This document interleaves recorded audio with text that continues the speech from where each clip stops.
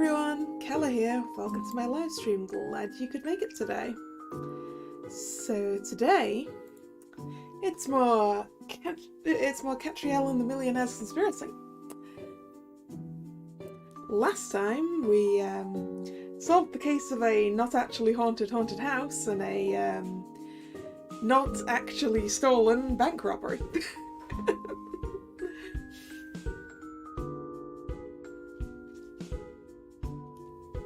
So now, I wonder what the next case is, eh? And hello, Nick. I'm doing okay. How are you? It's case 7. Ah, that was it. The power mouse of justice, Ratman.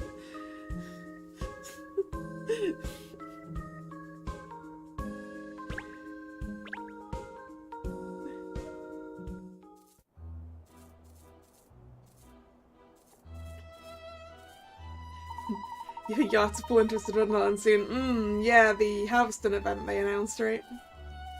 Do we know when that starts yet? I say, it's rather exciting to be here at the London Times offices. I do enjoy it, you know. It's my favourite of all the London papers. Come on, pinstripes. Newspapers are all the same. Nah, Shell. Oh no, it's not that black and white at all, Shell. Obviously all papers carry the mainstream news, that's more or less the same, I grant you. But the London Times has fascinating extra articles and unusual pieces of local news. And celebrity gossip too. Yes, I agree with you, Ernest. It's not all just boring news stories, there are lots of other interesting things to read as well. I like it. Yes, stories like The Leviathan of London surfaces in the Thames, and Shakespeare Shaken Up. Was William a wandering werewolf? Fascinating stuff. Was William Shakespeare a werewolf? Doubt. Did I see the sum cards on the JP side? Yes, I did. I did. More sums. That article about Stonehenge being a UFO repair shop was good too, wasn't it? Yeah, sounds like a real bastion of intellect. Anyway, Pinstripes, who's asked us to investigate this time? The chief editor, Shell. He called the office personally and asked us to come and discuss a case with him. Did you hear that, Shell? The chief editor of the London Times! I can hardly imagine what exotic case he might have lined up for us. Perhaps he'll want us to investigate an unidentified flying object that's been seen over the capital. Just think of it, Shell. I'm itching to get started. You sure that isn't fleas? Because it's not like you to have this much get up and go. Well, we'll find out soon enough when we meet the man, won't we? Yes, about that, Ernest. Where exactly in this enormous building is his office? Oh, sorry, I neglected to ask that. I see. Well, we'll just have to ask someone then, I suppose. Oh, what luck! There's Doug Dirt over there, look. Our reporter friend. I just realised the pun in the reporter's name. Because his surname's pronounced Dirt. Oh, it's Doug Dirt. So he's digging up dirt for the newspapers. Why did it take me that long?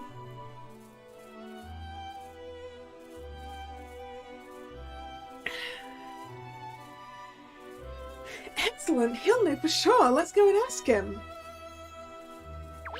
Well, we're going to talk to everyone else except for him first. Actually, first we're going to investigate the stuff. Like that hint coin right there in the bin.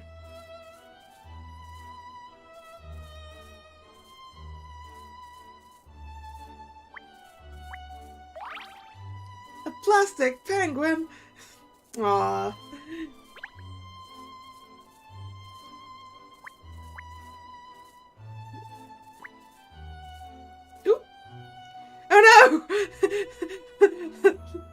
Oh no, it was flickering and I touched it and it went out entirely. Oh no.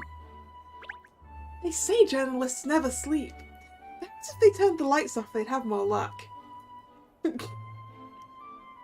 Fair.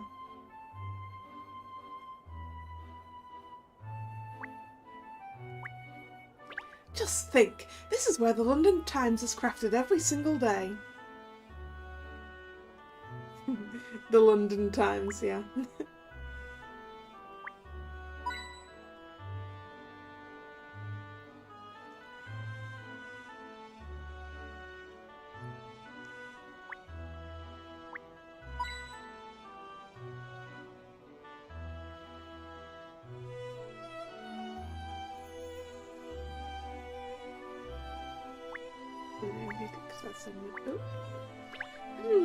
What a delicious smell!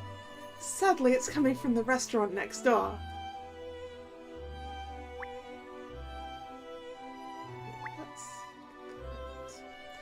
Alright, no puzzles hiding out in the environment by the looks of it. This copper seems to have one though. Hello, hello, hello! If it isn't Miss Layton and friends, I must say your timing is impeccable. Unpackable, huh? The inspector has seen it fit to set me a puzzle, but I ain't the foggiest idea in London town how to solve it. Oh, well, Constable, I'm sure I can help you out with that. Any mystery solved is my motto, as you know. Well, if you'd be so kind as to pop on your thinking hat and ponder it in my place, I'd be much obliged, ma'am. Sorry, madame, not ma'am.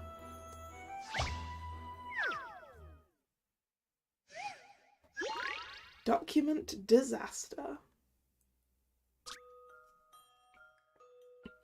People have been putting 3-page documents on a desk, but a breeze has blown them all over the place. Incredibly, they landed in the same order as they were stacked. There were only 3 sheets on the desk when I left my papers, states document. Oh dear. The picture shows the papers after they were scattered, but split up according to who they belonged to. So which set of papers are the docs?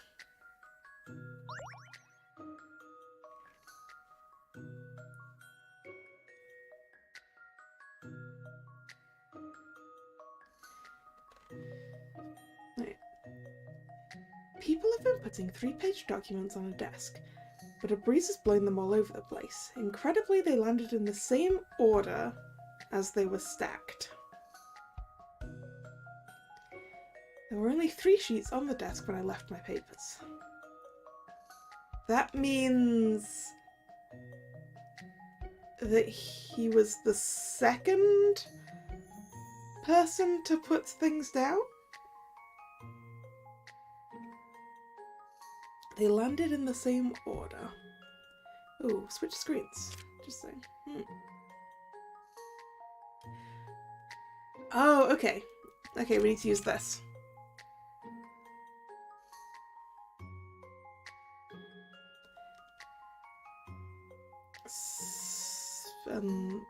Is that actually going to help us?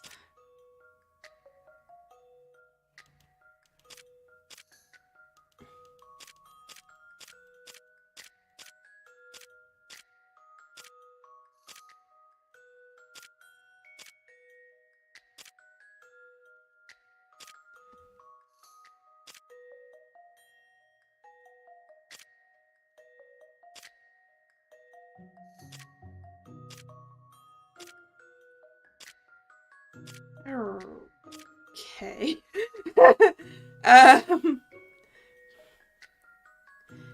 Right. So the 3 sets are it's this paper and this paper, and this one. This paper and this paper, and one of the ones over that side. This one.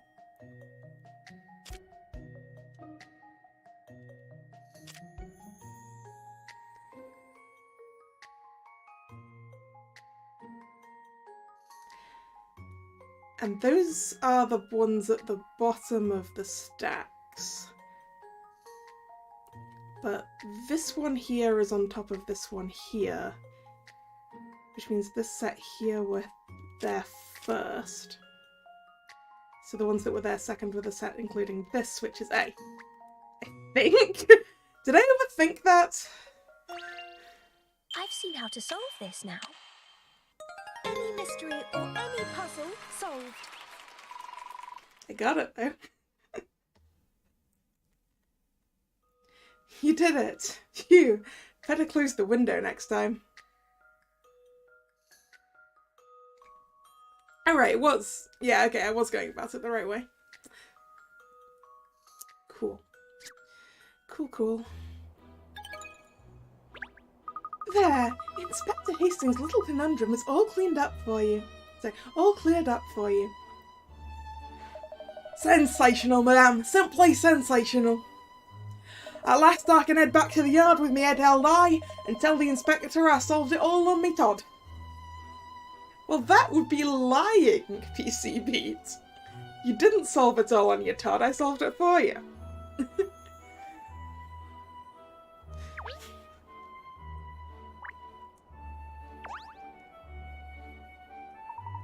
Deary me, it's got so late. I was so busy chatting with the shop assistant I completely lost track of time.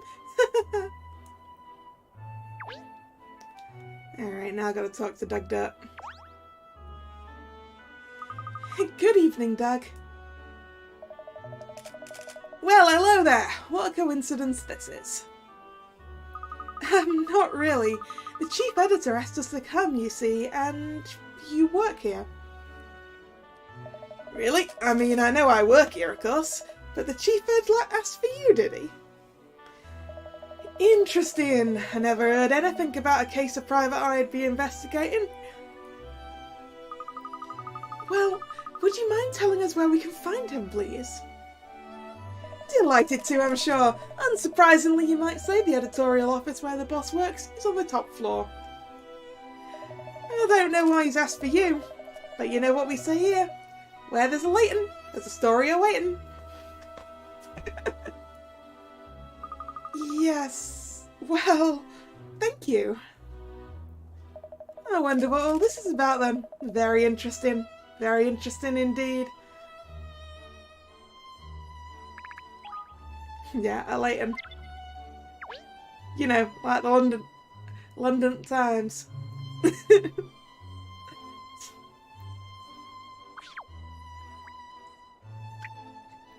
Editorial office.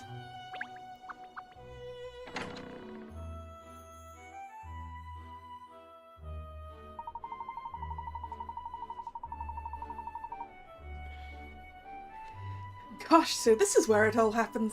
The editorial floor of the London Times, the forefront of the news. What a pigsty! This beats my messy desk hands down. It's not a competition, Cat! I don't imagine anyone has a minute spare for tidying. They all look so busy. Well, I wonder where the chief editor is then. Ah, I think that's probably him over there. I remember his face from the papers. Alright then, time to find out what sort of case he has for us. Ah, that guy, the only guy here. But first, exploration. I say, a genuine London Times typewriter. How jolly exciting. Anything in the bin? Nope.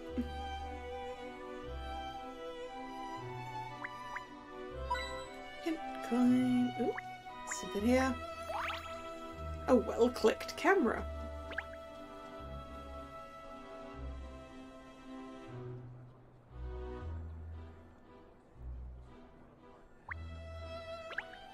Looks like this is the Chief Ed's personal little library.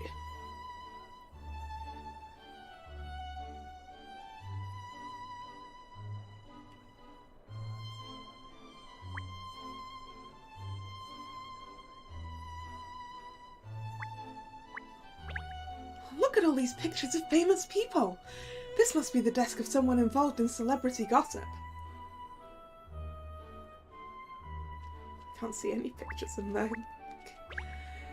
Gosh, what an amazing feat of balance this stack of papers is.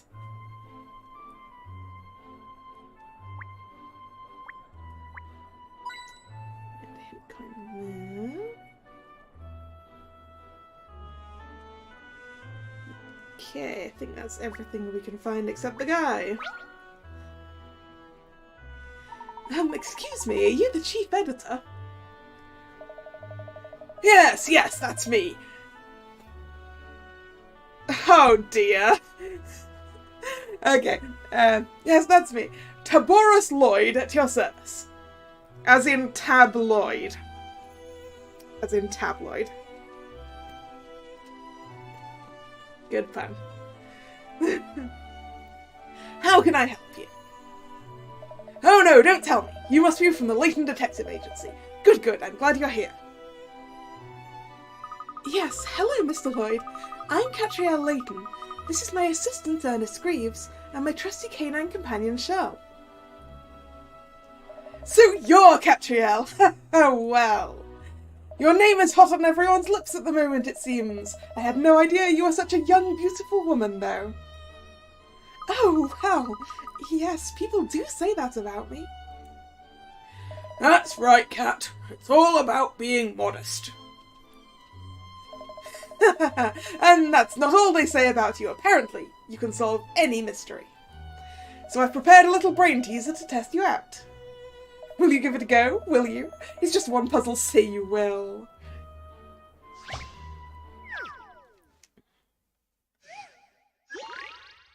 The Shape of Love. The sequel to the best-selling novel The Shape of Love has hit the shelves. When the book's front cover is lined up in a certain way, it represents the title of the book. Which of these 5 designs is the front cover?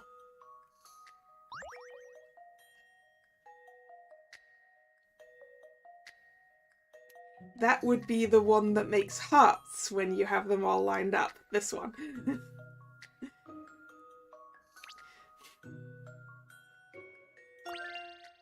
I've seen how to solve this now. Any mystery or any puzzle solved. You did it! Lining up 4 books at the corners forms a heart pattern. Now that's the shape of love. Easy peasy indeed, yep. Ooh, a recipe for Peking duck. Oh yes, brilliant! I tried for 3 days and nights to crack that one with no success. Well, all puzzles have an answer, Mr. Lloyd, and just as all mysteries have an explanation. Well, that decides it. You're the woman for the job. You're the one to solve the mystery for me. Are you going to explain why you asked us to come down here now then, Mr. Lloyd? Yes, of course. Living in London as you do, you must have heard this name before, I'm sure. The Power Mouse of Justice, Ratman. Oh, rather! Who hasn't heard of Ratman? Well, that's who I want you to investigate.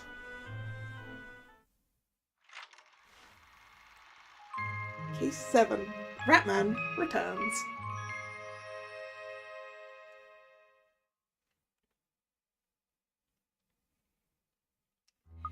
Yes, Ratman. He came into the news not that long ago, didn't he?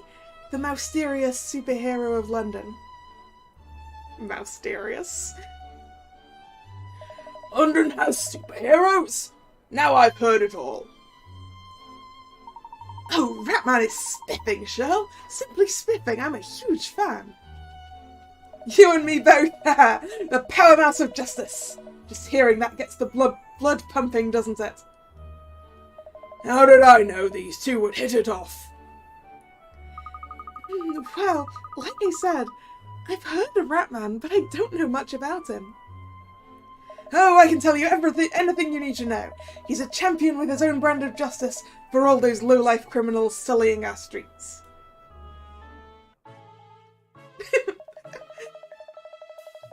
Look at him. Look at those ears.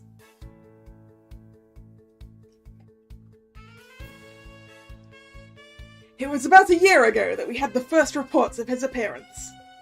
At the slightest whisper for help, Ratman appears out of nowhere, pounds the bad guys into the ground, and shoots off into the night once more. Nobody knows his true identity, because he always appears dressed as a rat. Haha, he's a sensation, he's amazing, he's everything a superhero should be! Ratman forever!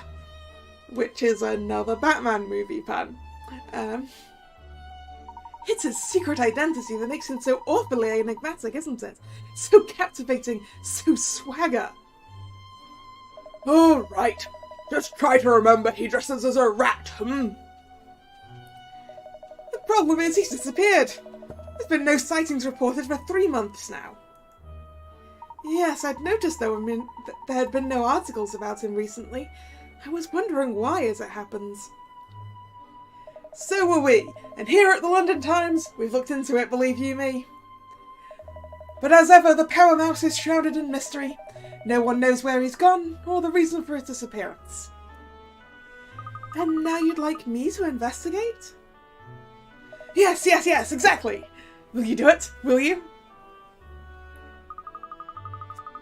Of course! The Layton Detective Agency motto isn't any mystery solved for nothing, you know. Wonderful! You've practically solved it already, I bet. We'll find the reason why our beloved superhero has gone AWOL in no time. Let's not jump the gun, Tavi! Haha, there's Caesar. Perfect timing. Caesar Chance. Caesar Chance over there is the owner of the publishing firm that produces the London Times. He's got papers, magazines, books, anything in print you can think of. Caesar Chance is the man who pressed it. People say he's got the country's media in the palm of his hand. And he has. He's one of the so-called 7 dragons as well, you know. Oh, yes. Really? He's one of the dragons? Perhaps I should introduce myself in that case. Oh, yes, you must. Although, he's not the most jovial of people, you might say. Haha.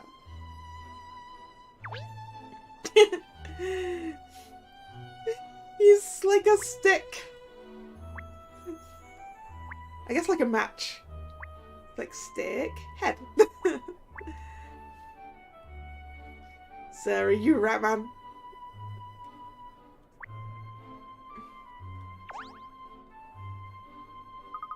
Good evening, Mr. Chance. You're that private eye Madame's going on about these days, aren't you? Catriel Layton. Hello. I believe we both attended the premiere of No Sub for Love at the Savoy before. Oh yes, that farce.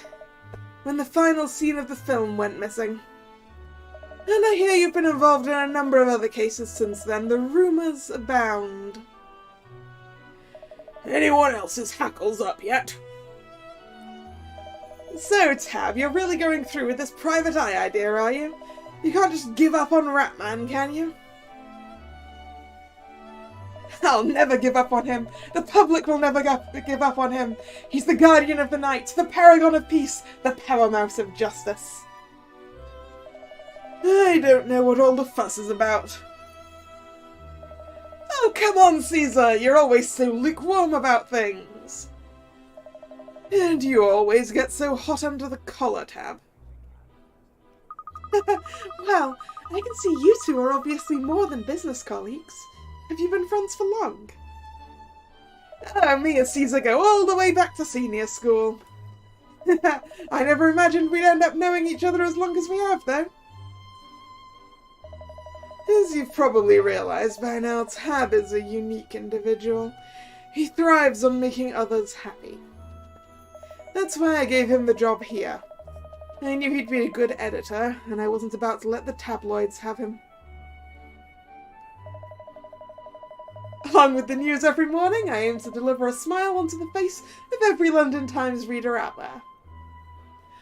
I've never seen chalk and cheese getting on so well together. Anyway, we don't want to keep you from your investigation, Catriel. That would never do. No, no, no. Good luck finding out all you can about Ratman. Yes, leave it to me, Mr. Lloyd. I'm sure I'll be able to find out the reason why he's no longer making appearances. The reason why doesn't matter. The fact is he's gone. You'll be wasting your time, Miss Layton. How can you say that, Caesar? Ratman is the powerhouse of justice and always will be. He'll be back, you'll see. Fine, if that's what you want to believe, be my guest. Investigate till you're blue in the face. As long as sales don't drop, that's all I'm worried about. Well, I would like to ask both of you a few more questions if you can spare the time. Of course, I'll tell you anything you want to know about Ratman, about the London Times, about my shoe size, if you believe in that kind of thing.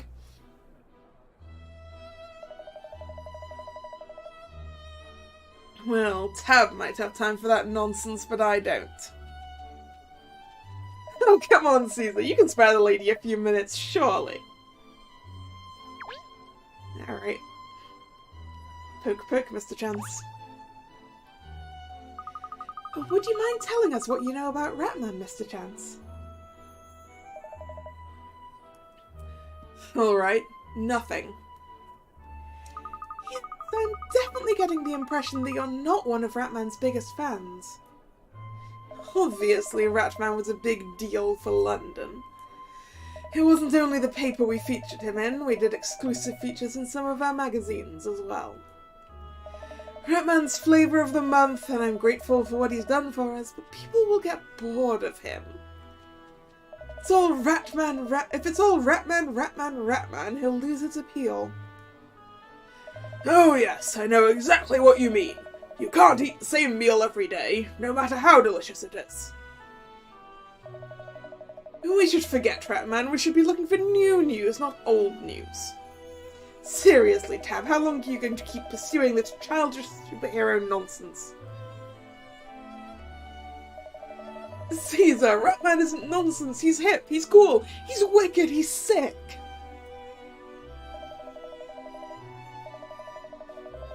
You even sound like a child. We're not kids anymore, Tab. For heaven's sake, we're parents. He looks more like J. Jonah Jameson, see? Maybe. Except that J. Jonas Jameson would want us to know what about Ratman. He'd want us to find Ratman.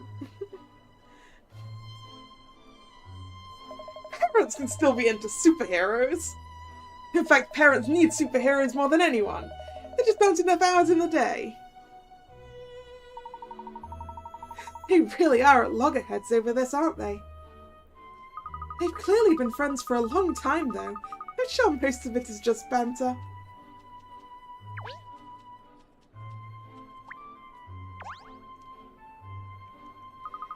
So, Mr. Lloyd, you've asked us to find out why Ratman seems to have disappeared.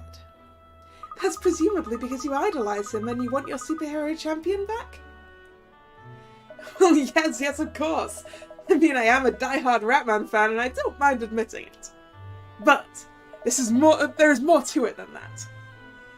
Oh? In what way? Well, Ratman articles proved very popular in the London Times. Whenever we featured a story about him, the copies just flew off the shelves. So, Ratman's disappearance is affecting sales, you mean? See for yourself, it's not all roses, is it? Though it's true that Ratman's actions do have an impact on business, yes. But the other thing is safety on the streets. According to our reporters, since Ratman disappeared, crime's on the up. I see. It sounds like a double-edged sword, doesn't it? It's not the paper sales so much as the people of London's safety. We need Ratman on the streets. He must know that I just don't understand why he's not showing himself. I didn't realise Ratman had such an impact on paper sales.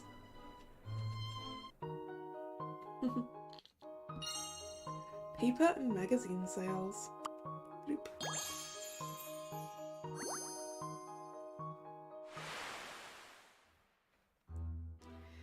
Newspapers and magazines featuring Ratman articles sell like hotcakes. So since Ratman's disappearance 3 months ago, sales have suffered.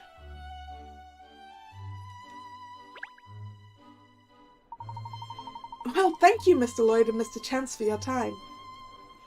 Yes, I think we should take ourselves out into the street now and start asking questions there. So, if you'll excuse me, we'll push on with our investigation.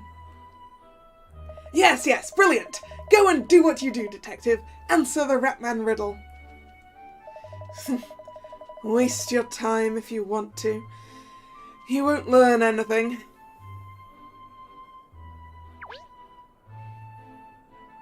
Is that because you covered it up, sir?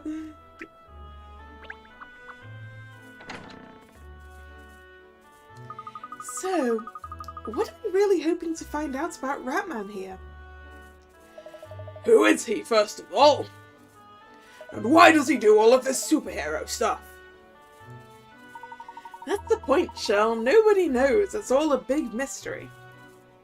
He only ever appears wearing his trademark Ratman suit, so nobody can tell who he really is. Why a rat? It's bad enough having to be a dog. You'd think he'd want recognition for all the good deeds he does. Perhaps he's extremely self-conscious? Wouldn't you be more self-conscious dressing up in an outfit like that? Oh, to that! Rather be a dog than a rat. Well, anyway, seeing as we don't know anything about him, I suppose we should start by asking around if anybody's actually seen him. It sounds as if he was making fairly regular appearances until recently, so we stand a good chance of finding someone who's seen him. Very good, Miss Layton. I'll ask some passers-by. Alright, starting from the left again. I'm just walking the beat one more time before heading back to the yard.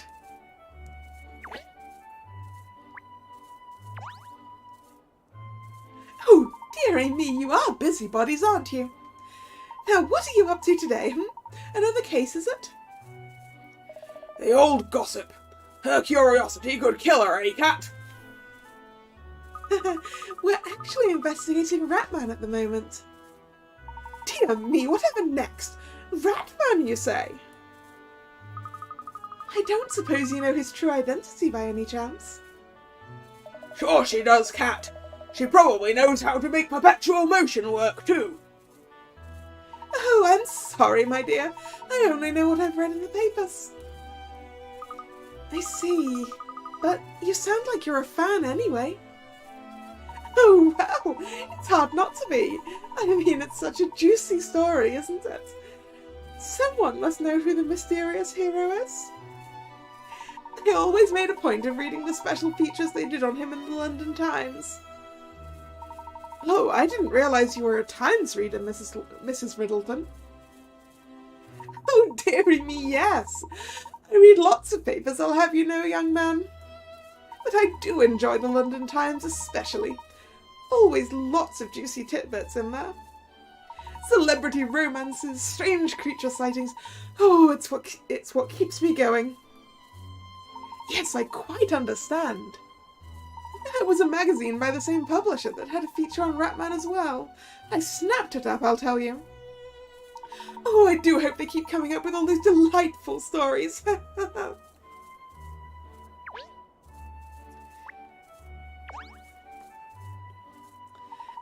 Good evening again, Douglas. Out gathering information for a story, are you? Hello again. As it happens, I've finished my interviews now and I'm just heading... No. And I'm just on my way back to the office. Did you find the boss? Have a good gander at the paper-strewn novel we call an office, did you? Yes, we spoke to Mr. Lloyd. He's asked us to investigate the current whereabouts of Ratman.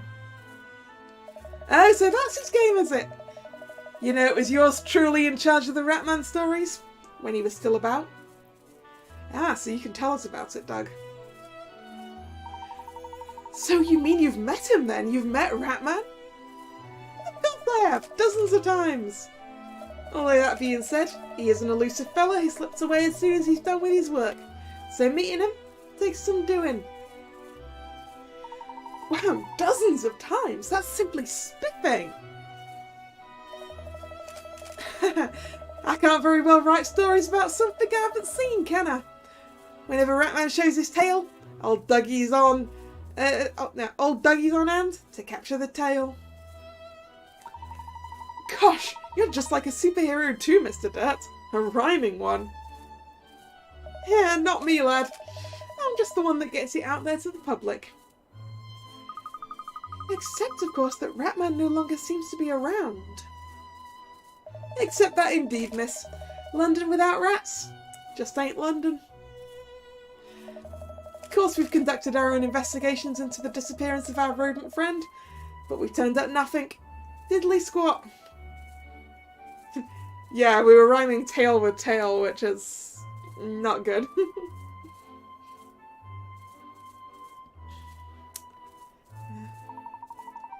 Yes, because he's so elusive. Such a mysterious crusader.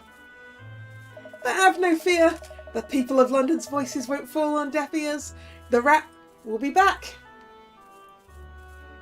An elusive hero making unexpected appearances.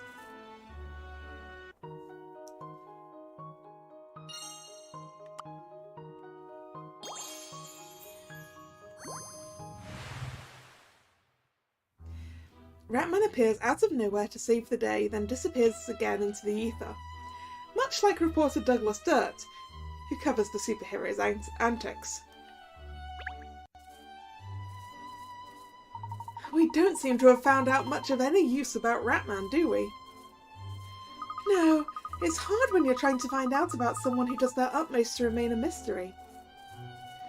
I thought cats were experts at capturing rodents. Very amusing, Shirl. I think perhaps we need to broaden our area. Let's interview some people further afield.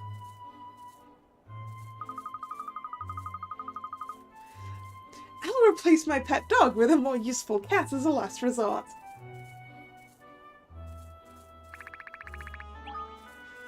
The Spider-Man reference still stands. Are you going with Douglas Dirt is Spider-Man? I mean, Ratman. Taking pictures of himself to sell them to the press. Gosh, there are still a lot of people around the Guildhall at this time, aren't there? It's all the office workers heading home after a day's work, I think, Ernest. Let's help as many people as we can if they know anything about Ratman.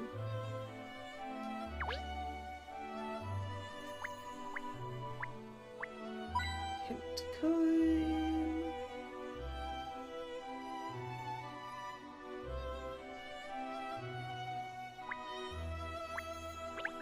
Well, there are still lights on inside, so presumably somebody's still working. This must be for people to rest if they can't quite make it to the door. Is it? No, no, Ernest. I'd say people probably eat their lunch there instead of at their desk.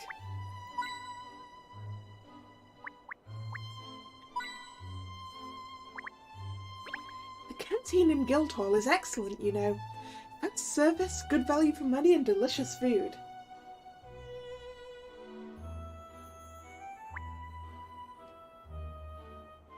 Okay, let's talk to Mr. Popper now. Hello! I have a brand new puzzle just for you, fresh today! A puzzle? Wonderful! Ah, why is it so easy to do business with puzzles and so hard with Poponos? Oh well, the wishes of customers must come first. Here is your puzzle.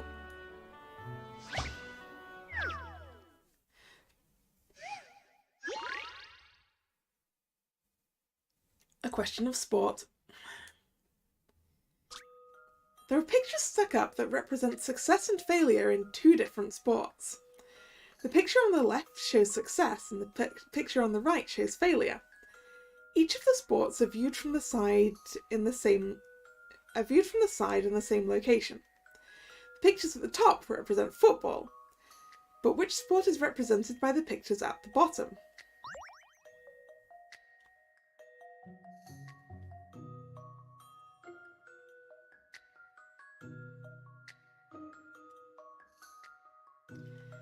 Four letters. So obviously, yes, football is in the goal.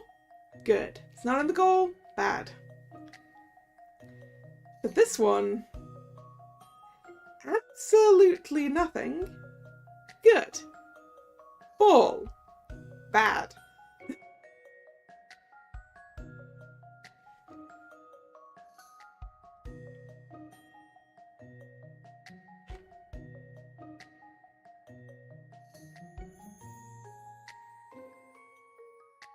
Four letters.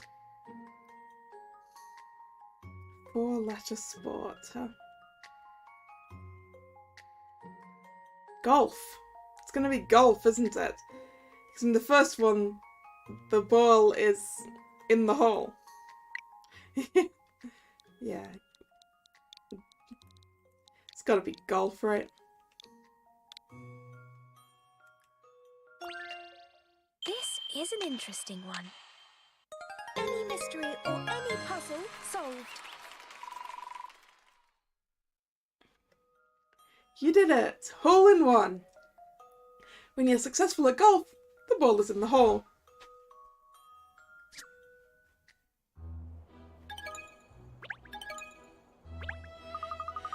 Well, that was a really fun puzzle, thank you. I hope you'll offer us more of them in the future. I want to offer Pope on those, really. Not puzzles, but... okay.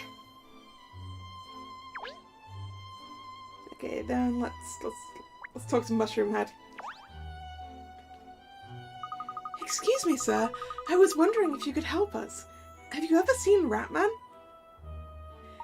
If by seen you mean been helped by, open bracket, not that I'm boasting, close bracket, then yes. Why? You mean Ratman actually appeared to rescue you once? Bingo! Tell us all about it, please. Oh, well, it was about 3 months ago now, I think. I'd gone down to Bowling Hill. There was a little cinema down there where they were showing an old Maverick director film I wanted to see. Open bracket. There was not one of his best. Close bracket. Some idiots showed up and tried to get me to give them money. Golly, what did you do? I said no, of course. But they were real toads. They started to get rough, and then... Ratman appeared.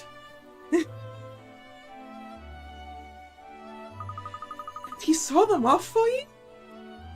Yep, he gave them a taste of their own medicine, which gave me time to run away. Oh, so you don't know what happened after that then?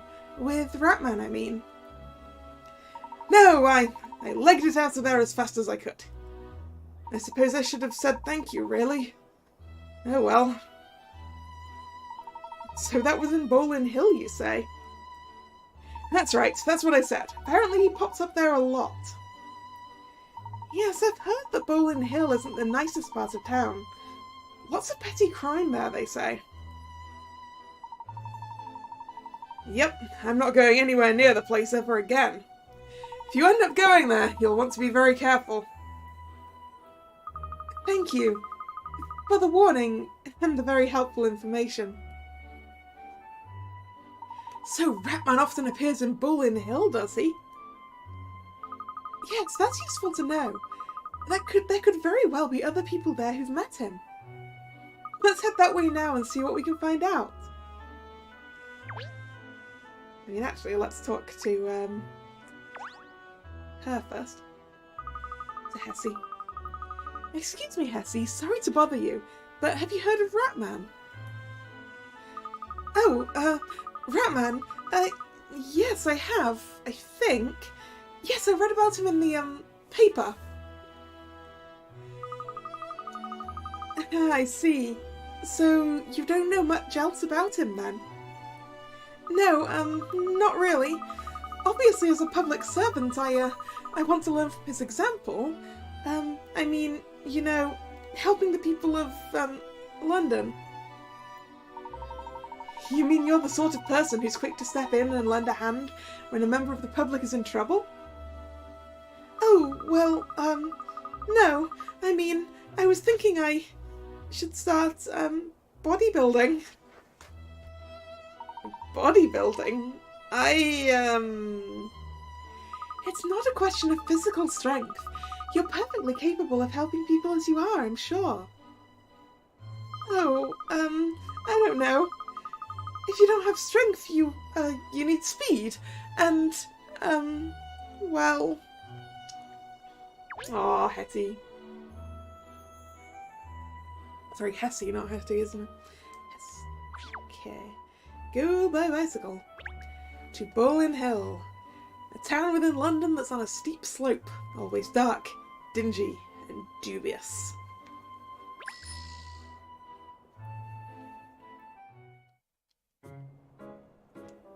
Atlas.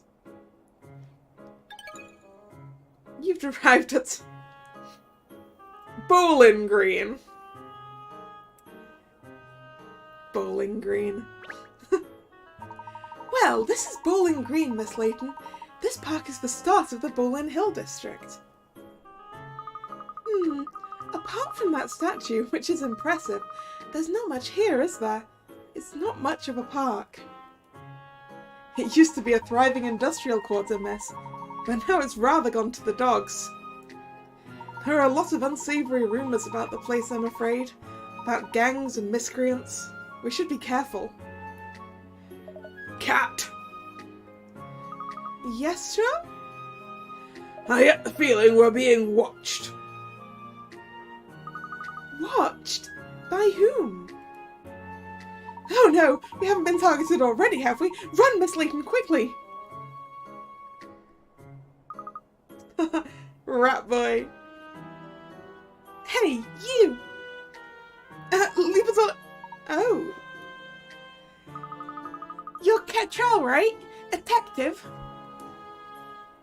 I'm Catriel, yes. Can I help you? It's just a little boy. I was told to give you this. Is that a little Ratman costume he's in?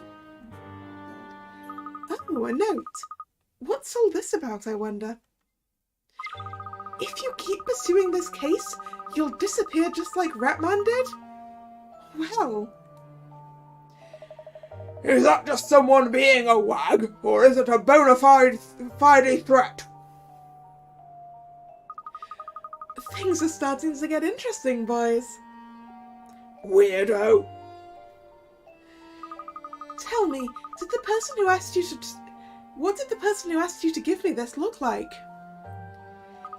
He had glasses, and he was skinny, and he had a head like a balloon. Well, that sounds like Mr. Chance. Head like a balloon. I feel like I've met someone like that recently. Do you know where he is now? No, after he gave me the note, he disappeared. It sounds like he's seen off Ratman and now he's trying to see you off too, miss. That's certainly the way it seems from this note, yes. Which means the Power Mouse of Justice has a mortal enemy. Very likely. After all, Ratman has been putting a stop to criminal activity, so he's bound to have upset a few people. What do we do now, then? When you fight to uphold the law, you expect a little opposition. I'm not about to let a little threat like that put me off. In fact, it's made me more determined than ever. Bravo, Miss Layton, that's the spirit. So first things first, let's explore the area thoroughly. Maybe we can find this balloon head who decided to threaten me and pop him. Pop the balloon head. I wonder who crafted the statue of this man holding the world on his back. Someone famous, I dare say.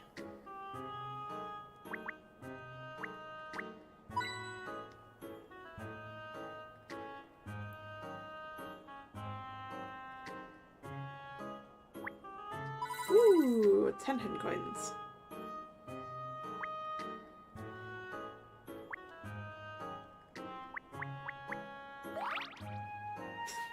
The Ratman rubber. Ratman has merch. Love it.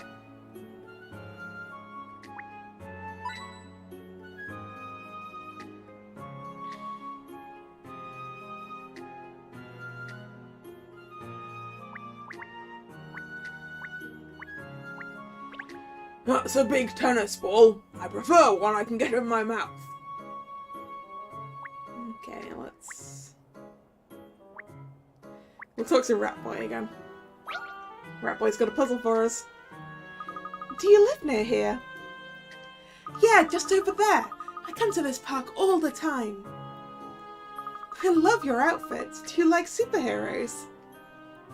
Superheroes are the greatest. They're not scared of anyone. That's right. They're splendid, aren't they? You like superheroes too? My favourite's Ratman. He's the best. He's stronger than anyone. I bet he could beat this thing.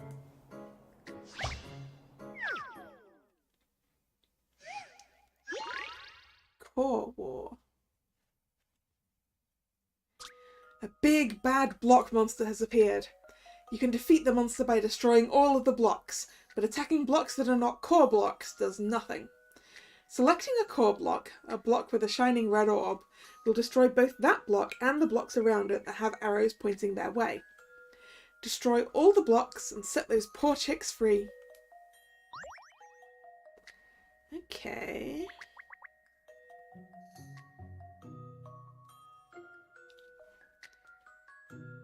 Well, I mean, we definitely need to hit this one. Then that one. Wait. No, not that one first. We need to hit this one first. Then that one.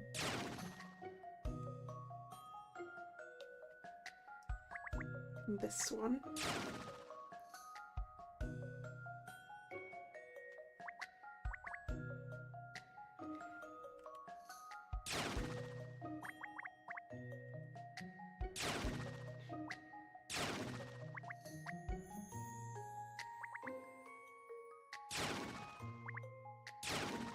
Yeah. Got it. I have a feeling that perhaps... That's a relief. I wasn't entirely sure. You did it! Nice fight, Ratman! The chicks have been safely returned to their parents, and Ratman secretly defended the city from harm.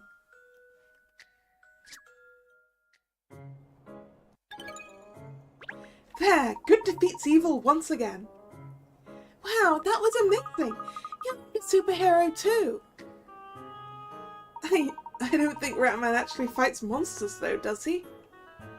So, he could. And I bet he'd win if he did too. You sound like you're Ratman's #1 fan. No one likes Ratman more than me. And Mum even got me this cool suit. I bet you don't have a Ratman outfit. No. So, have you ever seen Ratman then, or been helped by him even? Don't be silly. Ratman only comes out at night. And I'm always in bed. Good for you. Anyway, I have to go now, or Mum will get angry. Still feel like someone's watching us. Oh, look, that chap's staring just at us. I don't like the look of him. Ah, good. Let's go and ask him some questions. I don't think that's a good idea, Miss Layton. He could be dangerous. We won't get the information we need if we let fear stand in our way, Ernest. Come along.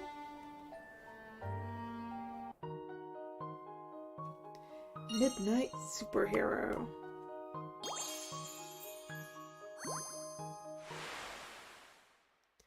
Several witnesses have said Ratman only appears at night. Clearly when most crimes are committed. But would that mean he never appears in the day? Alright, let's talk to Scarf Guy before we go talk to the punk.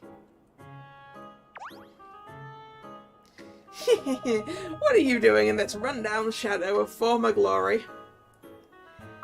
We're investigating the so-called Power Mouse of Justice, Ratman.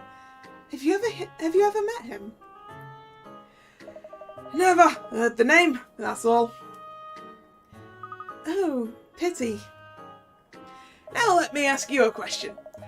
Do you know about the bowling man enshrined in metal forever, a relic of the past? The bowling man? You mean the statue? Of course, many a long year has the bowling man watched over the green here, watched fortunes come and go. And of course he wasn't always called that, but over the time, because of his place here in Bowling Green, people gave him that name. The thing that bothers me about him is his size. Isn't he a little too grand for this park? A sign of the times, you see. In days gone by, this whole area was grand. Now all that remains is this statue and people's memories. I see. It was built at a time when this area's fortunes were a little different. Well, that explains it. It's rather sad, that, isn't it? Okay, let's go talk to the punk now. Oh no, he ran away! He's running away! Suspicious. He seems to be deliberately avoiding us. Should we try to collar him, Cat? Of course. Now we've got to ask him why he ran away from us. He ran off down the street there. Alright then, after him. Come on, you two.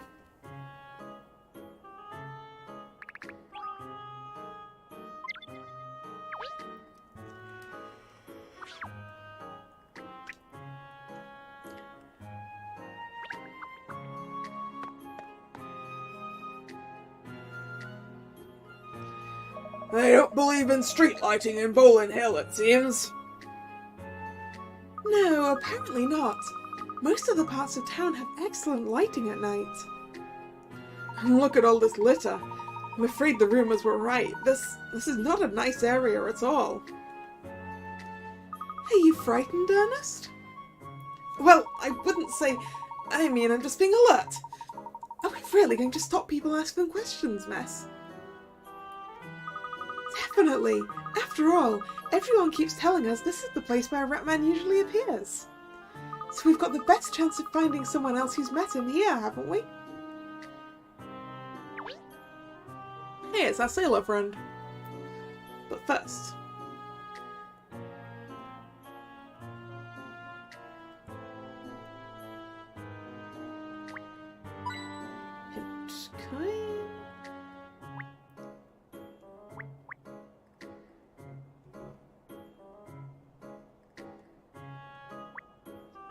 That's quite a hill up to the park at the top, isn't it?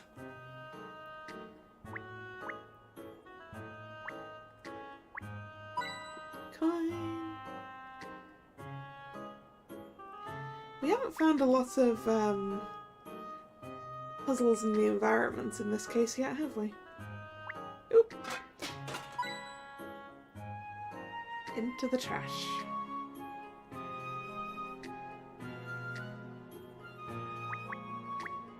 Ah, that's a puzzle in the environment. Just as I was saying. It's hard to read that sign in the dark, isn't it? A neon sign's what they need. That would stand out a mile around here. Neon? Ah, that reminds me of a puzzle I know.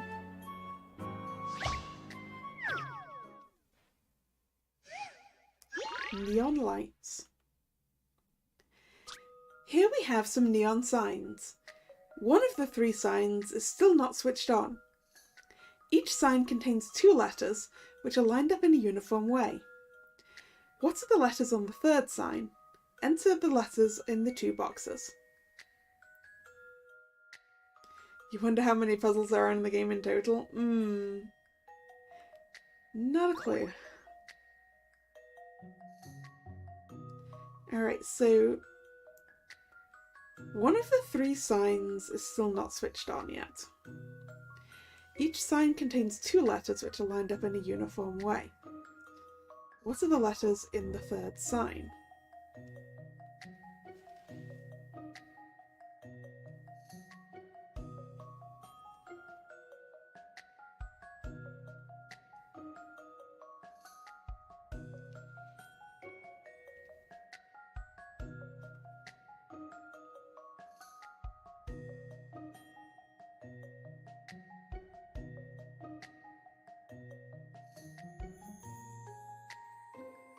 So we've got, I guess, an O and a D.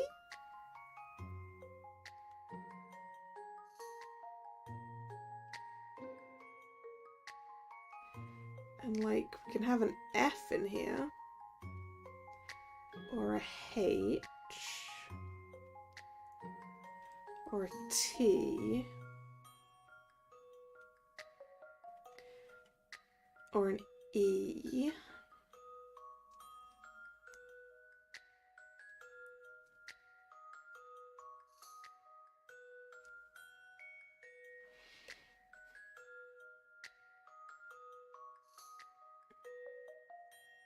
Which sign contains two letters?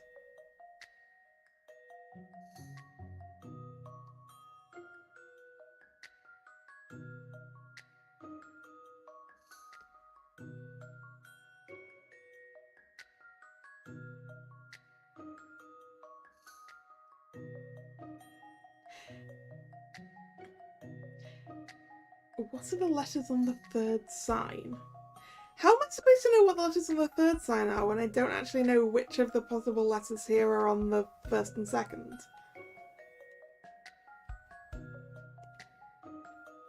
Or should it be more obvious to me than it is?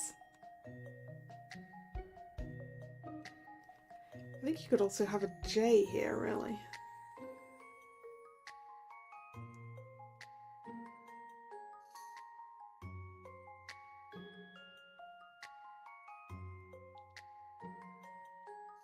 Oh, no, wait, no.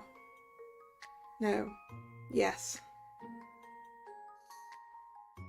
Okay, oh, right, okay. I understand now. The third sign is here. This is the first and this is the second sign. So it's going to make a word. Right. Okay. I think I get what the puzzle is now. So, okay. So this first sign is definitely an O or a D.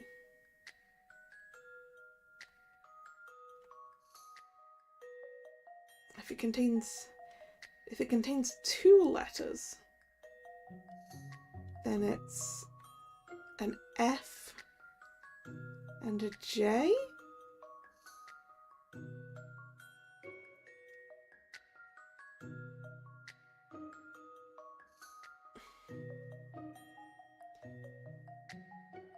Oh, yeah.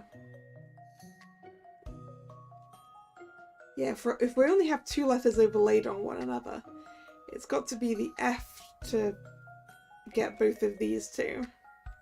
And I guess a J to fill in the bottom there. Oh no, wait, that's an I, not a... That's an I, not an O. Sorry, no, it's an I, not a D. If they're lined up in a uniform way, so okay. O... F.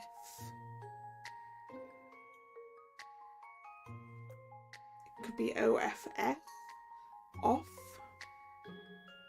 And like IJ.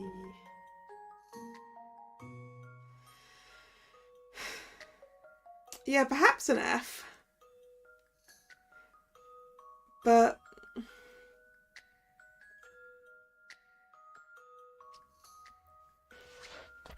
what's the J for?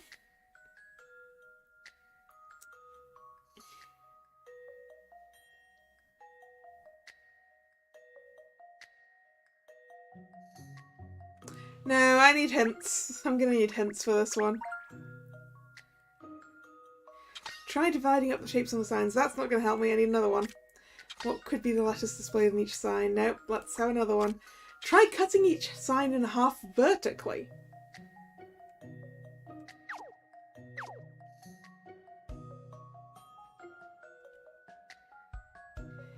In half vertically?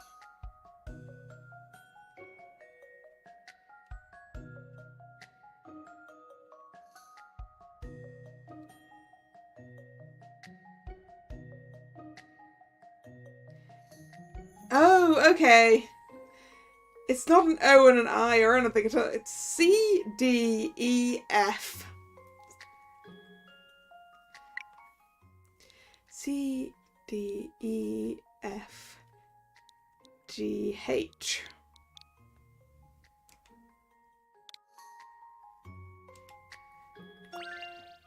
If you'll entertain my idea here, See, I was misreading them entirely. to relief, I wasn't entirely sure.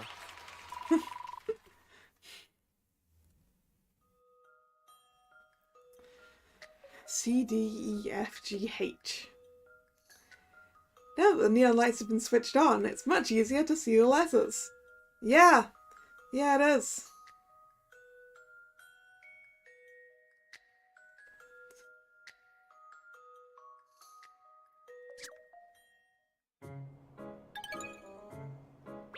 Actually, this sign is just right as it is already for the back streets of Bowling Hill. I suppose neon might be a little too much for a place like this.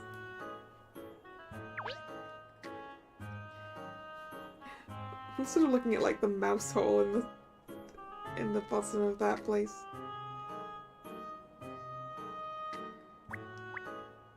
This shop appears to be the only one still open around here. They seem to sell suits. Alright, let's talk to our friend. I'd say, excuse me, sorry to bother you. We're looking for people who might have seen Ratman.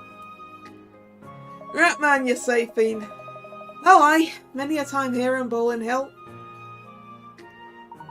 Many a time, really? To be sure, I was even helped by him the other time, you know.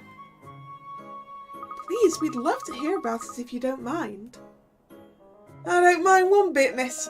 I must have been 6 months back now. Stop! Come back here, you little tyke. Give me that back. What's the use?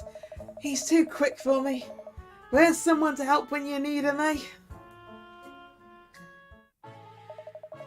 Like a rodent from the gutter, he appears. Crooks and villains tremble in fear. The power mouse of justice is here. Da-na-na-na-na-na-na, da-na-na-na-na-na-na, Ratman!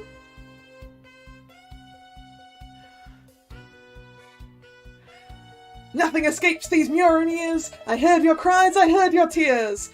What problems ugly Napper rears. He rhymes. Ratman rhymes. Ratman, you'll never believe it. I queued up 2 hours, so I did. 2 hours to buy that special sandwich, and then that pesky mutt came and nabbed it right out of me hand. What a disaster! What a mishap! But Ratman now is on the attack! Justice for the thief of your snack! Hold it right there, Pooch! It's our good friend Yapper. Ha ha! Justice once more wins the day. The dog's conscience has its way. I had a hunch it would drop your luncheon without a single punch from me. Justice is done, we all had fun, but now Ratman must run. Oh, bless you, Ratman. You're a true gent, so you are. Ha ha ha! Ha ha ha ha!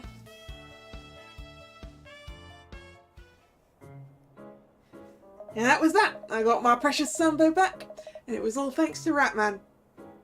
Did you really want to eat that sandwich at that point, sir? Sir!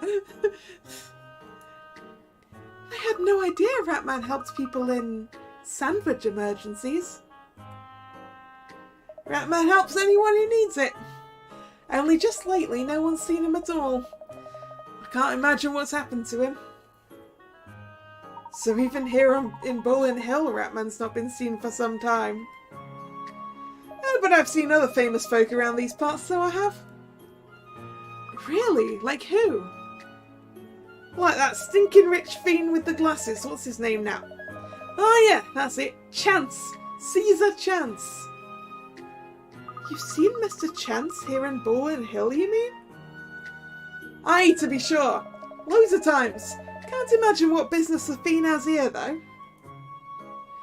Neither can I. I wonder why he comes here so often. Beats me, but I'd like to ask him. Yes, well, Anyway, we've ascertained that Ratman hasn't been seen around here these past months either. Let me see. What's our next move? The punk's back. There's the mongrel that ran off before! It's almost like he's spying on us. Well, don't just stand there. Let's go after him. Oh no, he's going to drag us down an alley and rob us. He just vanished again! I think he went down that street there. Shall we give chase, miss? Of course. We can't let him get away, can we?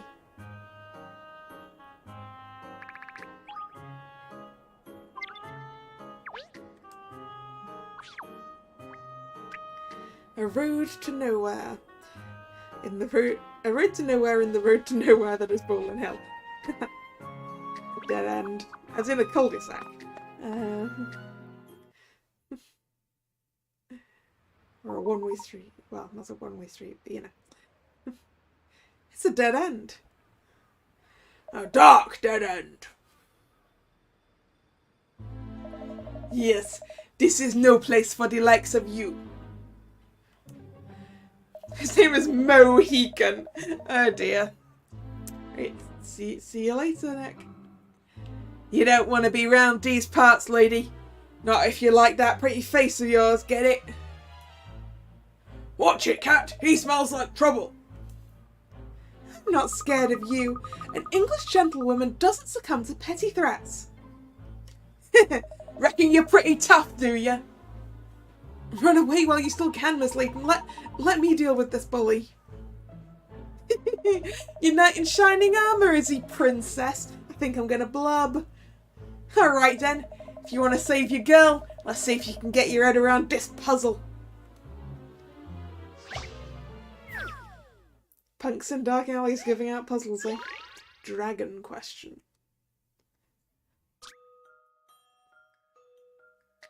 These animals all got together and counted up the number of somethings in their names. Didn't we do a puzzle like this recently? The frog had 1, the bird had 4, and the rabbit had 5. How many did the dragon have? Frog, 1. Bird, 4. Rabbit, 5. What's the frog only got 1 of?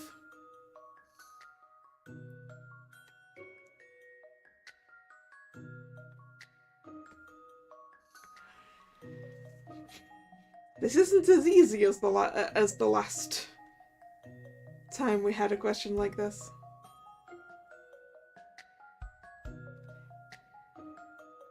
What's the frog only got 1 of that the bird's got 4 of? Welcome back.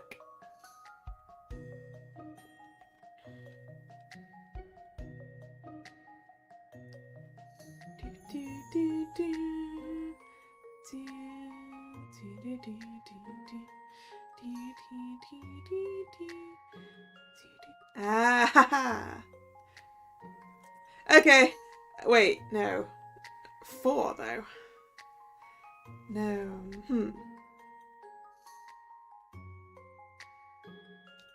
I thought I had it for a second there. But bird 4 though. I was thinking it was letters that are symmetrical. Because, like, frog's only got 1 of them with the O. And rabbit's got the A, the B, the I, and the T. Except that bird has got an R here, and an R doesn't have an axis of symmetry. So why would the bird be 4?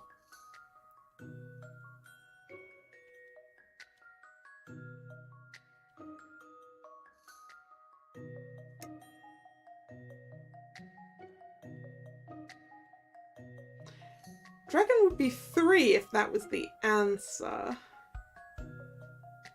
Except it can't be the answer because this bird.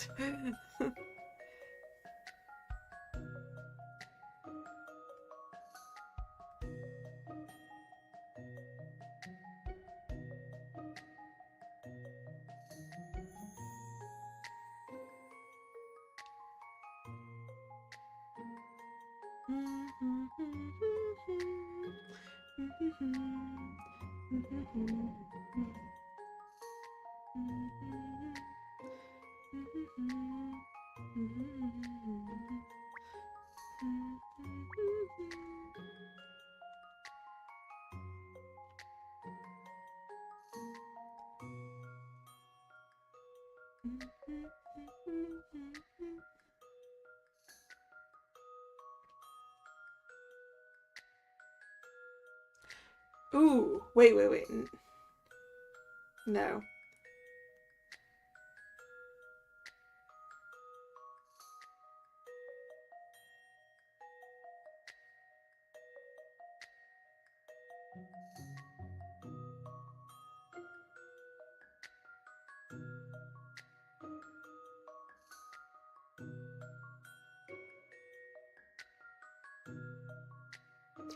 Oh, okay. I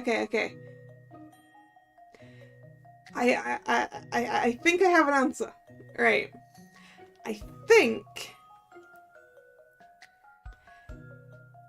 it's letters and then... No. Wait, no, that's not right. No. I was gonna say it's like letters in their name that aren't in other ones. That doesn't work.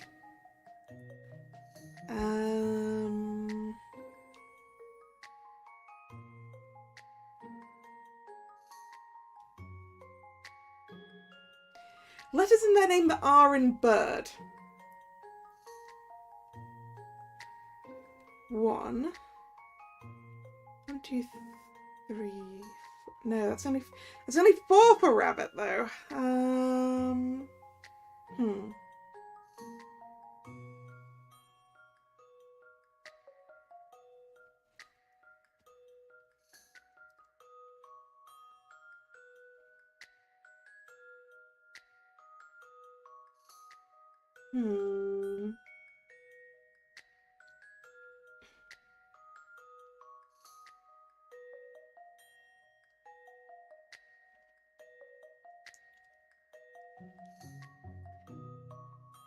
I don't know. I'm gonna need to use my hint coins again now. Hint. The appearance of the animals isn't... Yeah, I know that. Count the letters that appear in their names. 4, 4, 6, 6.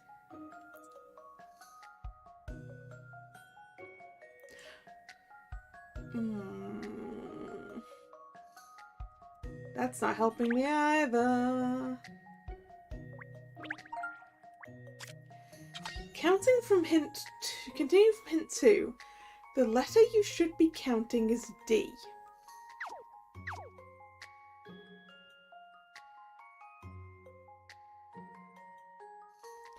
The letter I should be counting is... What?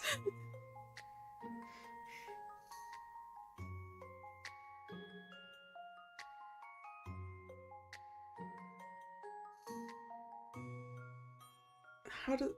Oh, okay, right. You can put a small d into the top of an R. I think. Yeah. And so B... Bird has one actual D, a small d in the R and small d's in the B's. Okay, right. So a dragon has 1, 2. 2 in dragon.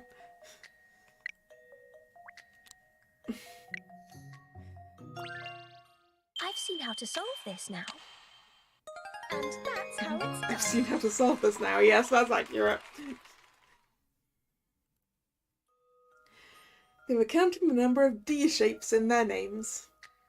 There's 1 D shape in the letter R and 2 in the letter B.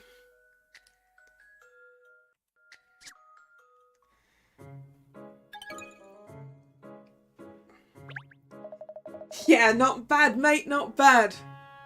A puzzle like that wouldn't trip me up, not when Miss Layton's safety depends on it. Fancy yourself, do ya? Don't you dare lay a finger on Miss Layton, you rapscallion! Well, looks like I was worrying about nothing if you're that sure of yourself. Now you listen to me. The suppose you're one of the gang members who's been threatening to mug people around here, are you? What, me? Nah, I'm not into that stuff anymore. I wasn't trying to get money off you, if that's what you were thinking.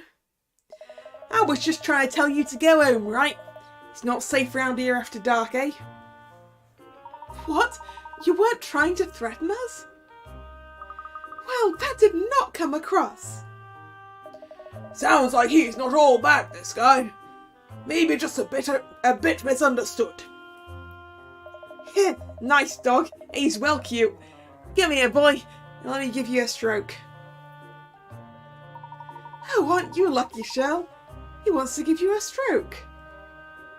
He'll give me a heart attack as well, probably. Double meaning of the word stroke. Enjoy it. Anyway, Mo. Bowling here is my patch. But bowling hill here is my patch. In that case, I don't suppose you know anything about Ratman, do you? Ratman? Of course I know Ratman. It was Ratman that sorted me out. Stopped me dissing everyone, eh? Tell us exactly what happened. Yeah, alright then. Must have been about, what, 3 months ago? Something like that anyway.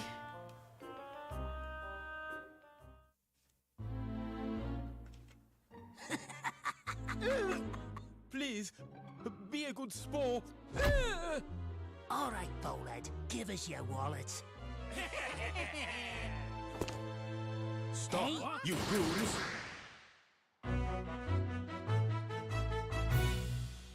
Who the heck are you? Pow! Smash! Wham! Boom! Wow. Ratman sends you to your doom!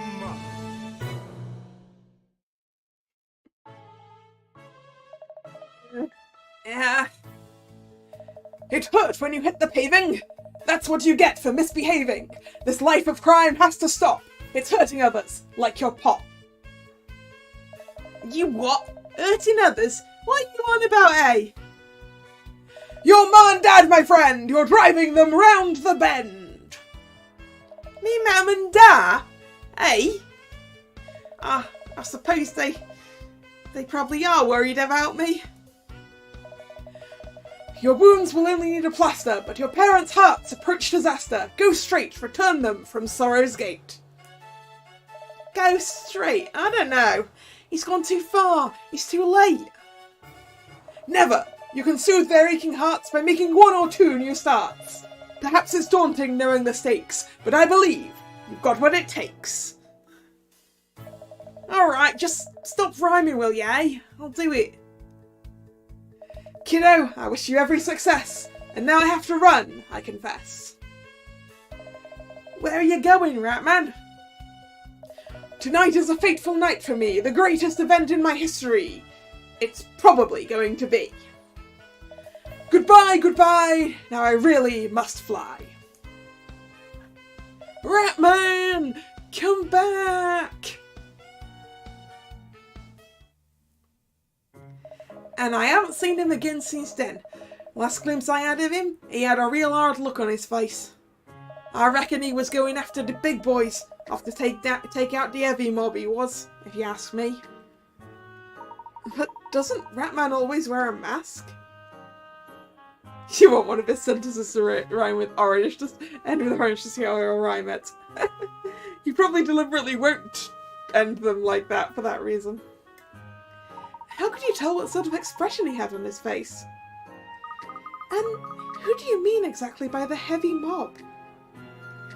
Oh, you know what I'm talking about, right? Just, you know. All superheroes have got an arch enemy, right? Everyone knows that. Anyway, the point is Ratman sorted me out. So that's why I've been trying to do what I can around here to make sure the place is safe. Just like what Ratman was doing. If that was about 3 months ago, that's about the time Ratman went missing, isn't it?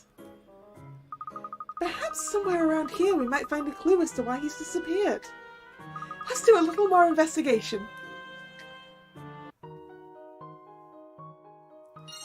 Night 3 months earlier.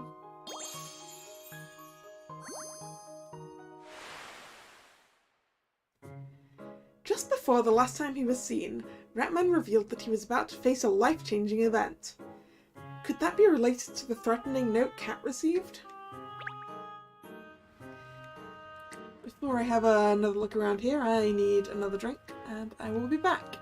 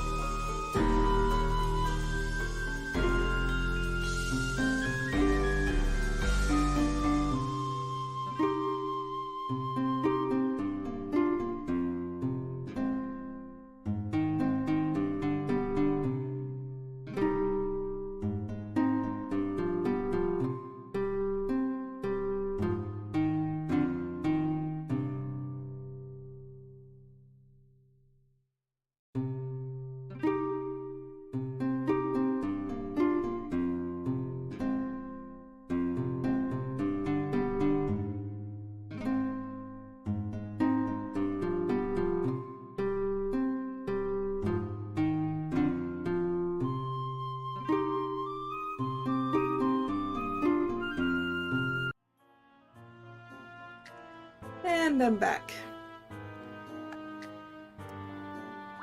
What's Mr. Dirt doing here? A rat! Did you see that? A mouse just jumped out of that hole there. Really? A mouse? After it! Sorry, what? Do you mean go after the mouse, miss? Yes, a mouse is a rodent too, after all. It might know something about Ratman. Yeah. Do you want to rethink that, maybe? Ratman isn't actually a rat, Cat, and mice can't talk. African dogs! Come on, less jabbering, more jogging. We can't let that mouse get away. I mean, I am gonna let that mouse get away temporarily because I want to talk to everyone else who's around here. This street lamp looks like it's on its last legs as well. Yeah, what hit it at this level? It would make more sense if it was, if it looked like it'd been hit hit lower by like a car or something. I did once watch a van reverse into a street lamp, and the street lamp just fell. Looks like a dead end here.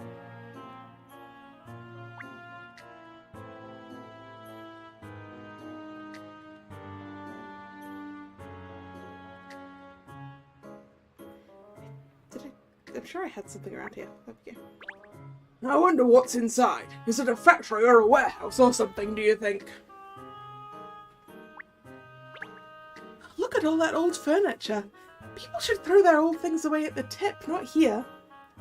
Yes. Take them to the actual tip, but don't fly tip.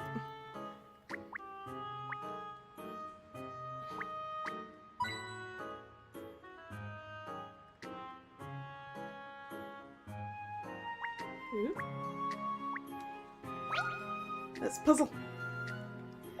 Well, wash my whiskers! That's a puzzle in this bottle. A puzzle in a bottle? That's far too interesting to pass up. I have to solve it. Oh, do be careful of all the broken shards around here, miss.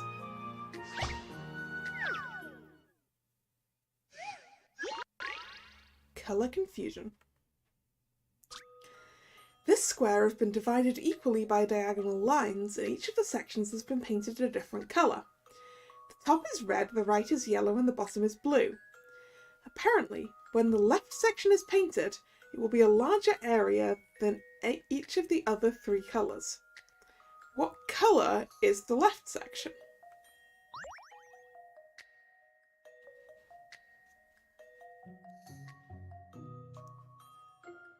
It's been divided equally. Each of the sections is a different colour. The top is red, the right is yellow, the bottom is blue. Apparently when the left section is painted, it will be a larger area than each of the other three colours.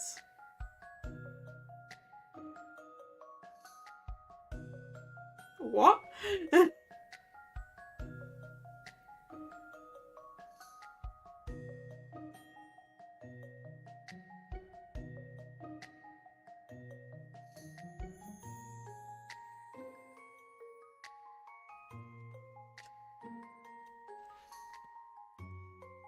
You know the answer.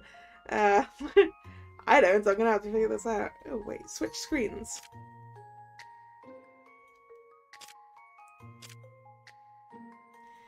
It will be a larger area.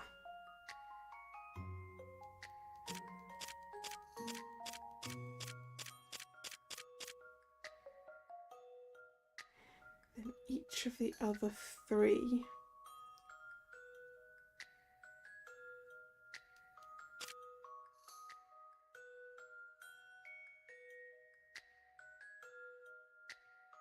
Oh, it's black. Because the lines are black.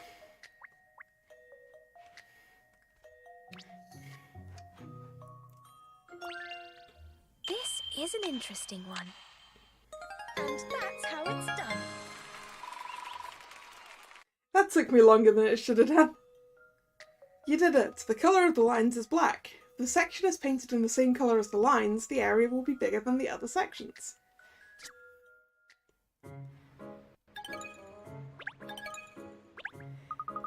It's an unusual place to find a puzzle, isn't it? Inside a bottle. What were you expecting? A ship?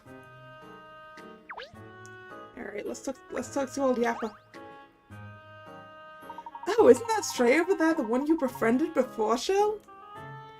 Yeah, you're right, Pinstripes. He's got himself a big patch, hasn't he? Why don't you ask him if he knows anything about Ratman? All right. I knew you were going to twist my paw about that. Hey there, Hound. Didn't expect to bump into you around these parts. Sniffing out some clues? Something like that. We're actually investigating a superhero called Ratman. Have you heard of him?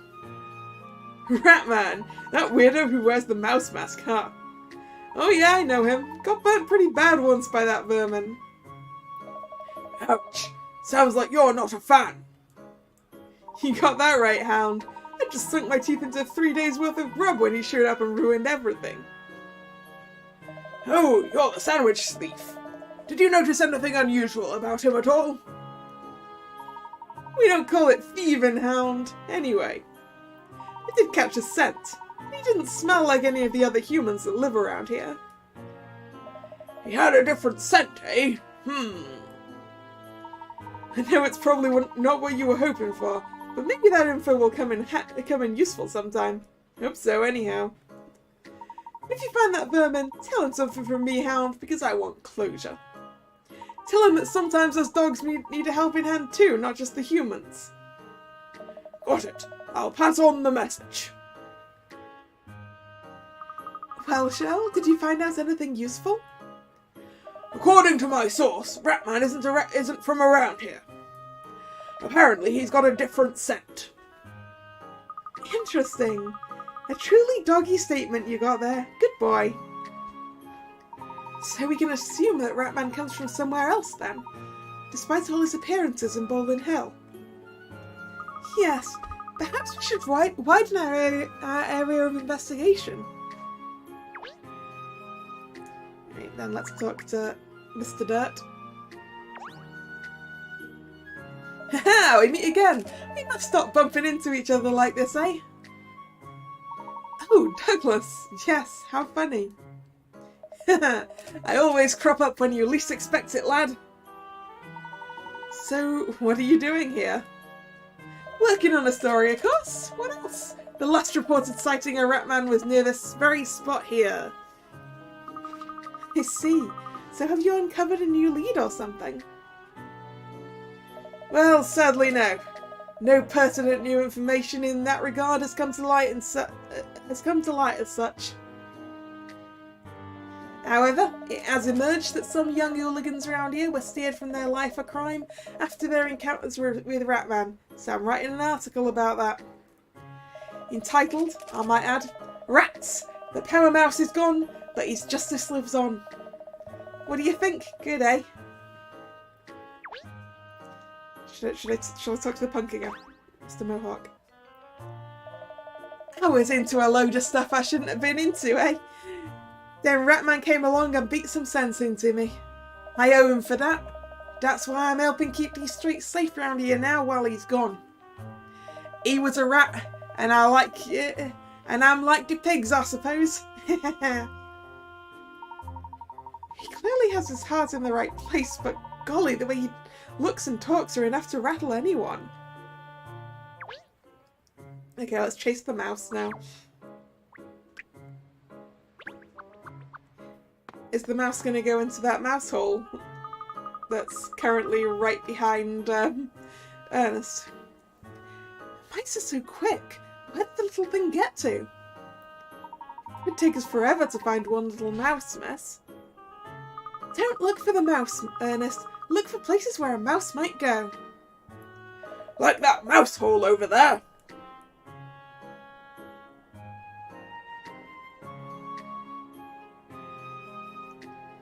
Brilliant, Shell. Let's investigate. Mouse hole.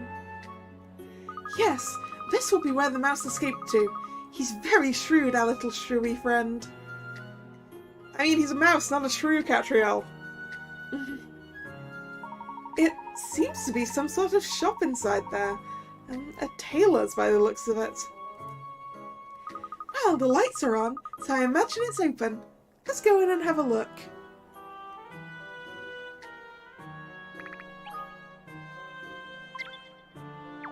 Alright, let's go shopping. Tailor's shop.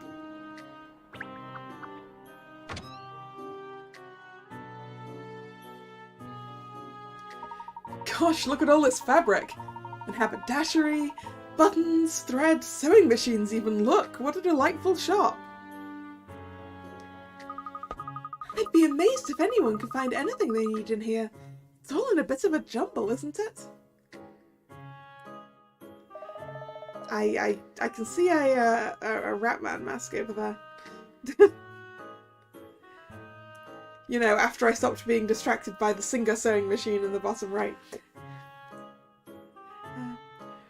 Look out for falling shards, cat! I think you just threw a stone in your glass house. Very funny. That old lady there seems to be the shopkeeper.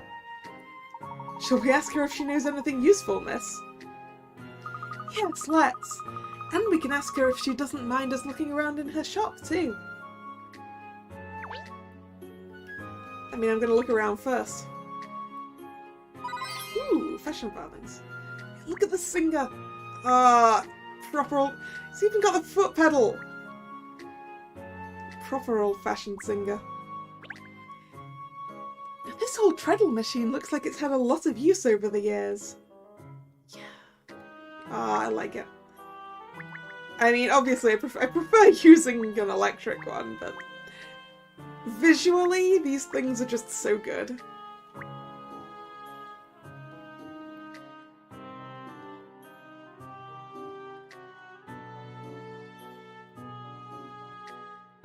You've never used the sewing machine at all, huh? We were taught how to use them in high school.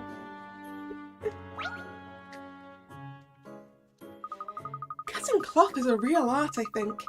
Trying to make the best use of the available fabric without wasting any, I mean. I'll say, you really need to think it through, just like this puzzle.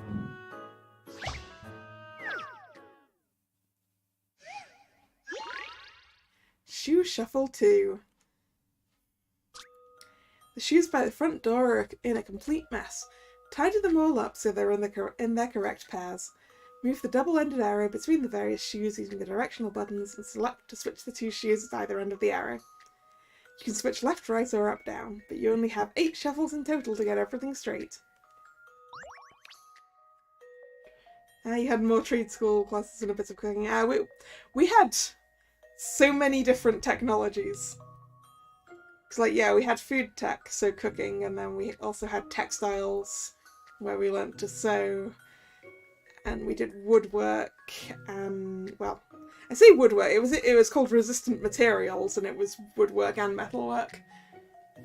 And there was electronics, and graphics, and I think I've covered all the technologies now. Oh, no, wait, that's not what I wanted to do. Right, I want to put that up there first. No, that's not going to work either. Right. Swap these 2.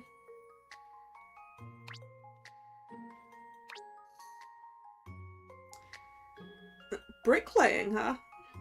Interesting. There.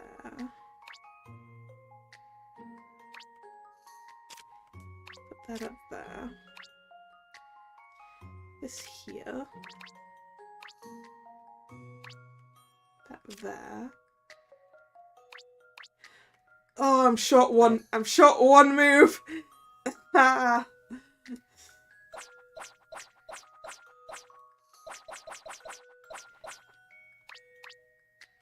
Great.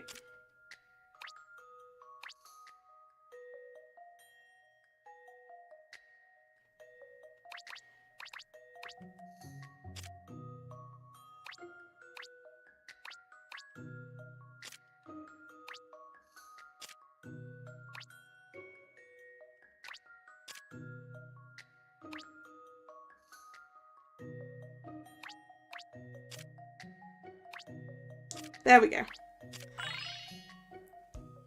This is an interesting one. Puzzles are made for solving.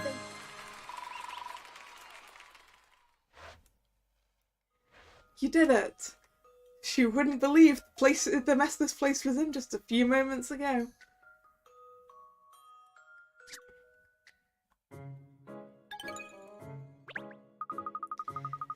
Puzzles I can manage, but I think I'll leave the cloth cutting to the professionals.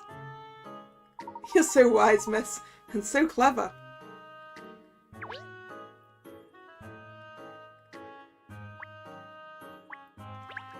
There's all different colours of fabric here, look! And thread.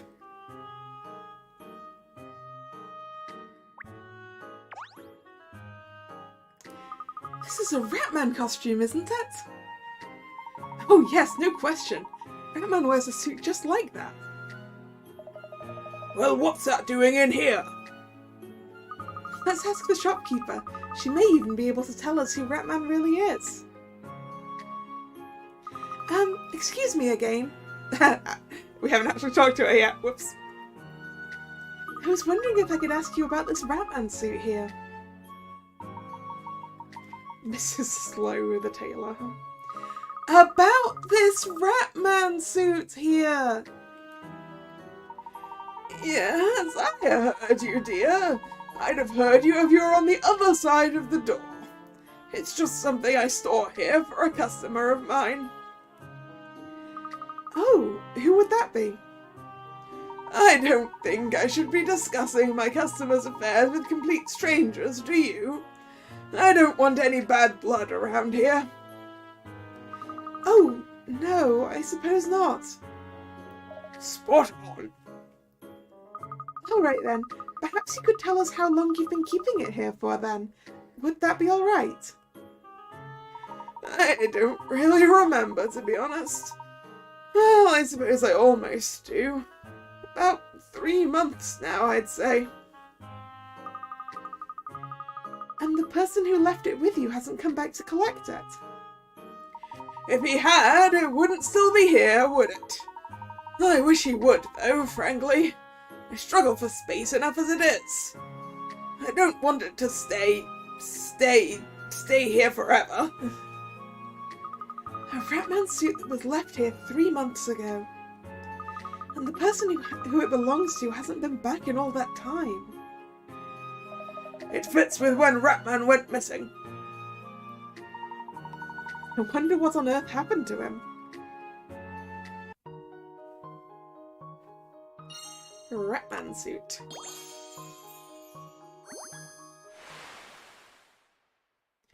For some reason, a tailor in the Bowling Hill backstreets has a Ratman suit in her shop. All she's willing to say is it was left for safekeeping by a customer.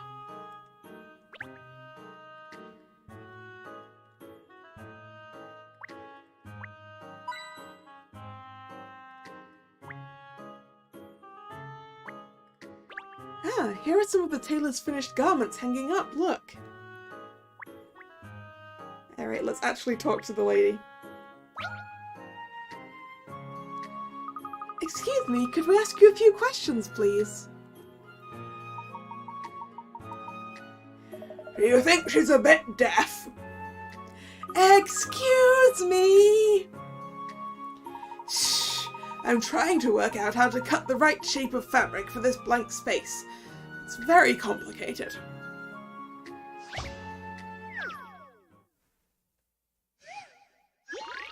Cut your cloth.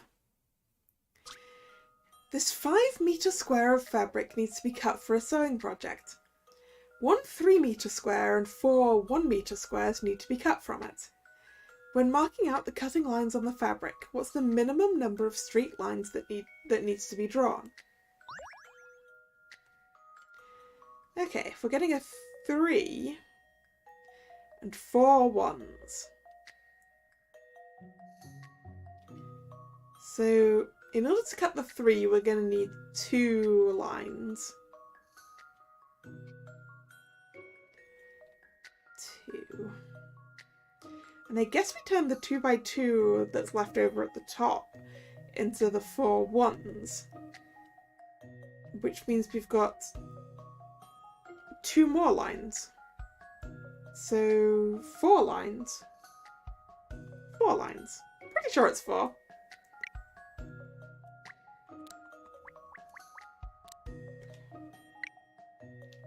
Submit? This should do it, I think. Any mystery or any puzzle solved. Easy. There are 2 ways to draw the lines. Both methods require 4 lines in total, 2 vertical and 2 horizontal.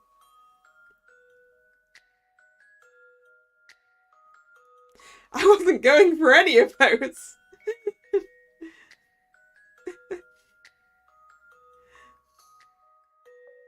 Oh no, wait, yeah, of course, because there isn't a 2x2 at the top and that doesn't work, yeah. I got it by accident. I got it by accident. Whoops.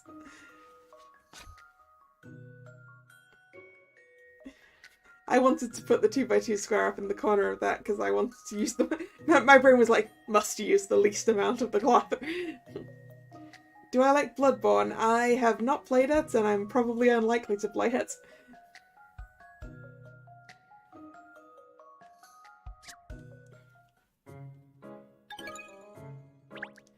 Oh, thank you, yes.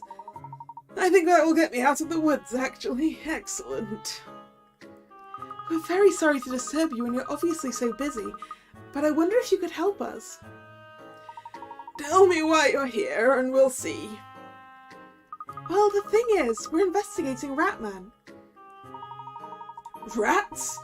Oh, I know all too well that they're around. Mice too. This whole area is infested with the things. No, not rats. Ratman. A rat man? Sorry, I don't know anything about that. Must be some newfangled thing I haven't heard of. Everything has changed these days. So glad we came in here. This isn't a waste of time at all. It doesn't look like she's prepared to give us any more of her time. I really thought we might be about to discover Ratman's true identity there. Yeah, that lady's pretty tight-lipped, isn't she? She's got one of those zips she sells on her muzzle. I wonder if it was actually the real Ratman who left his suit here, though. Yeah, because anyone could have left Ratman's suit here. Someone could have nicked his suit and stored it here so that Ratman wouldn't know where his suit was and wouldn't be able to do his thing. What are you alluding to, Cat? Well, it's possible that someone who defeated Ratman could have deposited it instead, isn't it? That's true, but that would mean Ratman did get into a big fight with his archenemy or something, and lost. You mean good didn't triumph over evil? Oh no, that doesn't bear thinking about. If that's what happened, Pinstripes, that's what happened. I know, but do you really think that's what happened, Miss Layton? Do you think Ratman was defeated? It's too soon to say, Ernest. It's just one possible explanation. Yes, it might not be so. Well, I think for now we should go back and report to Mr. Lloyd. Sounds like a plan. So, back to the London Times offices then. Well, aren't I the lucky one? Did you say you're going to the offices of the London Times? Oh, yes, that's right. In that case, could you give this box to Mr. Chance, please? That would be good for both of us. What is it? Just something he asked me for. I should have said no, but anyway. It's very important. Make sure it gets to him, please. Well, You did say you were going there anyway, didn't you? Why would you refuse? You look like a lad with a perfectly good heart. Well, I suppose it's no skin off our noses, is it? Dog's body for another woman now, eh, Pinstripes? I wonder what's inside the box. You'd think material or something, wouldn't you? But it's a bit small for that. Well, whatever it is, it looks like we have to deliver it. So let's be on our way. It's probably going to be something very important to the case, right?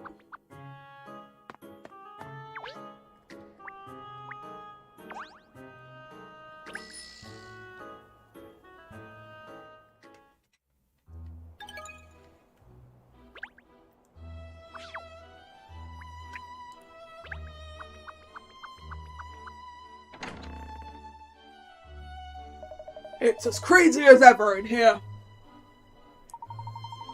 Douglas is back here too, look. He certainly does crop up everywhere, doesn't he? Now we meet again, eh? If you're looking for the Chief Ed, he's up on eye as usual. He shows up everywhere we go, this fellow. I'm starting to feel hounded. I don't see Mr. Chance anywhere, though. Oh, what should we do with this box from the lady at the shop, then? She was very clear that it was to be given in person to Mr. Chance. Mr. Lloyd will probably know where he is. Let's go and ask him. Hey, Mr. Dirt, you got anything for me? I'm surprised to see you back at the office already, Douglas. When we left you in Poland Hill, you were just off down a blind alley looking to interview people. We came straight here, so you must have been rather quick. Speed is key to journalism, lad. I'll take 3 minutes over dinner, 1 minute in the bath, and 30 seconds to get to sleep. 1 minute in the bath. It takes longer to run a bath than a minute. That's such a waste. I say. Okay. Lloyd. Ah, Catriel, there you are. Well, well. How's the investigation coming along? Before we fill you in about that, Mr. Lloyd, we have a question. Yes, while we were investigating, we met someone who asked us to give this package to Mr. Chance. Ah, I see, and now you can't find him. That's because he's in his office. I'll send someone for you. Doug, can you spare a minute? Yes, boss? Something I can do for you? Sorry to disturb you, but could you go and ask Mr. Chance to come in here? I most certainly could. If you'll just excuse me for 1 moment, I shall return momentarily. Right, well, Caesar will be along in a minute, I'm sure. Thank you. So tell me, how's the investigation shaping up? Have you figured out why Ratman's gone missing? Unfortunately, we haven't reached any conclusions yet. However, it seems possible that Ratman may have been defeated by a rival. A rival? Who on earth would that be? We don't know yet, but it seems that there may have been forces working against him. Unbelievable! If what you say turns out to be true, it means evil has triumphed over good. Please, Mr. Lloyd, it's too soon to say. Don't be disheartened. At the moment, that's nothing more than speculation. You're right. You're so right. There's no proof, no substance to the story, no need to feel depressed.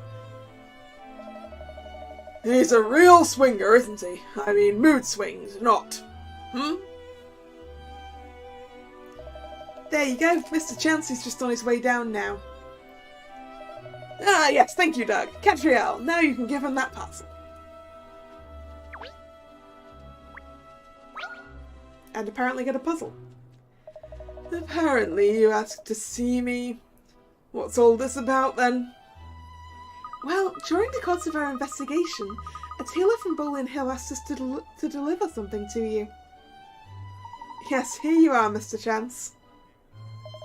I see. Well, thank you. Oh, don't mention it. It was no skin off our noses. Actually, I'd like to ask you a favour too. This one has had me stumped for a while now. I won't be able to get on with my work unless I can solve this blasted puzzle. Alright then. What puzzle is causing problems for this guy? Password ABCs 2. Okay. Now what was the password to the safe? It's 6 letters long and uses the letters A, B and C. Use the pointers on the memo to figure out the correct password to open the safe. C cannot appear next to another C or a B. The same letter is never used more than twice. The password reads the same forwards and backwards. Okay, if the same letter isn't appearing more... Wait. If the same letter isn't appearing more than twice, and the password reads the same forwards and backwards, then that means that the 2 letters in the middle must be the same. This and this must be the same, and this must be the same. If a C can't appear next to a C or a B, then the C's are on the outside and the B's are in the middle and the A's are in between. So C, A, B, B, A, C. I have a feeling that perhaps... That's a relief. I wasn't entirely sure. You did it! The light shines brightly and the safe opens. Now, were the contents worthy of such a secure password?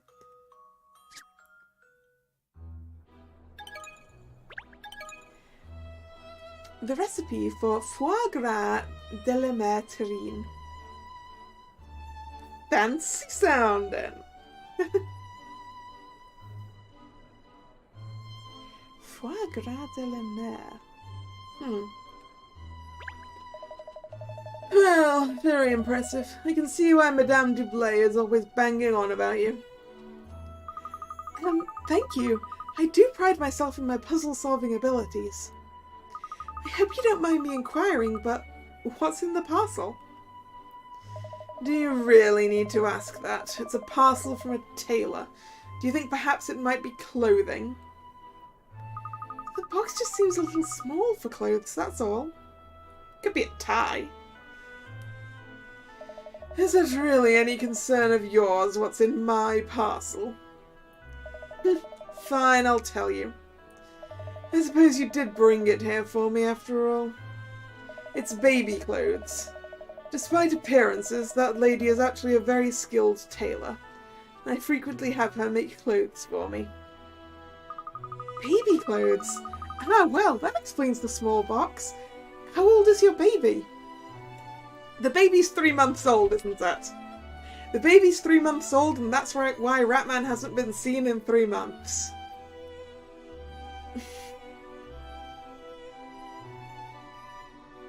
Just 3 months now, but growing out of outfits already. Oh, a baby! I do love babies, they're so cute. A baby! I see. Well, never mind my personal life. What about the Ratman investigation? Isn't it time you gave up? All this superhero nonsense is starting to get very old. Of course, a baby! Keep up, woman. We've moved on from that. Sorry, it's just that what you said before has made something fall into place. Made what fall into place? What are you talking about? Solving puzzles, Mr. Chance. It's what I do best.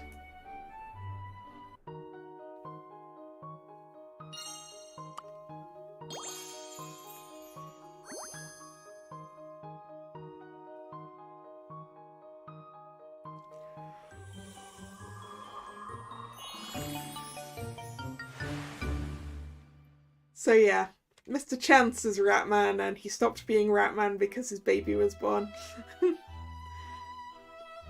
And has just stored the Ratman costume at the tailor's he uses. A tiny parcel that Mrs. Slow the tailor from Bowling Hill asked Ernest to deliver to Chance. It seems to be clothes, but they must be very small. Solve the case! Yes, that's the truth behind this case.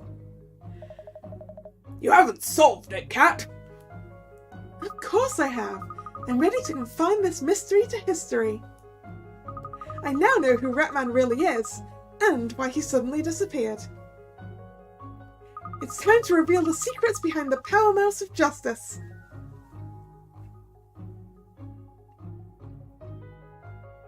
Come on then, tell us. Tell us now. Where's Ratman gone? Why did he disappear? The superhero of London town simply had to stand down. Because he had a baby, maybe called Ratman Jr. What was that? I was trying to be all Ratman-y. But isn't that right, Mr. Chance? Or should I say, Ratman? Rats. Rats. He's Ratman. Balloon head there.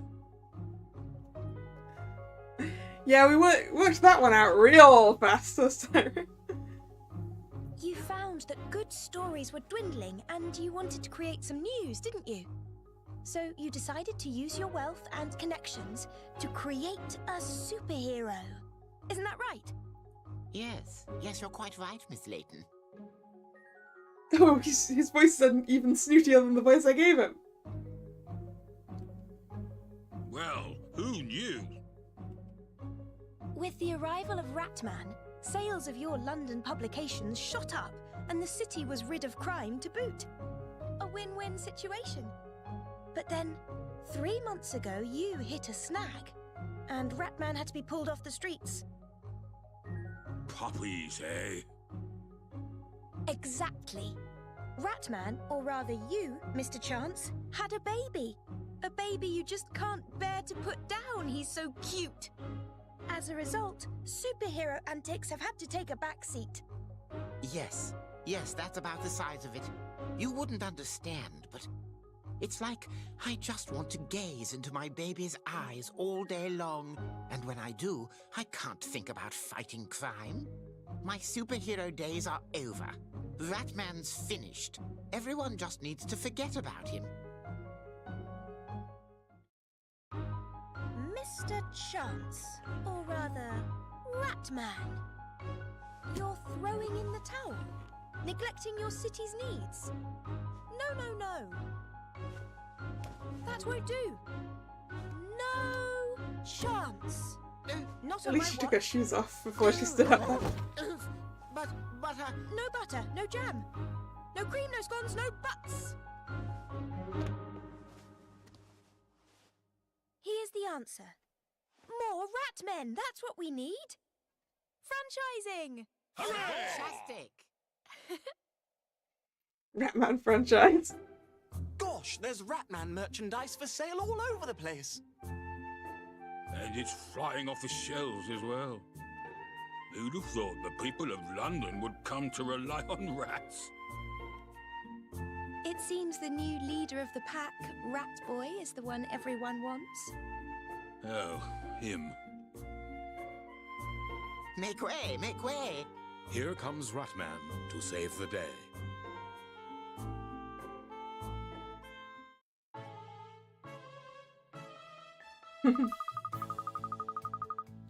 I wonder who all of these Ratmen are.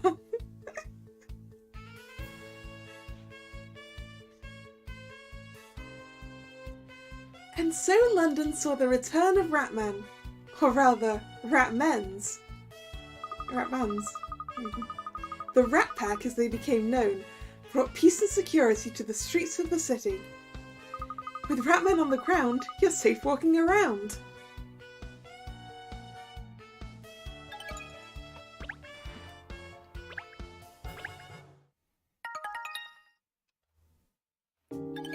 A new case girder has been added entitled Ratman Forever.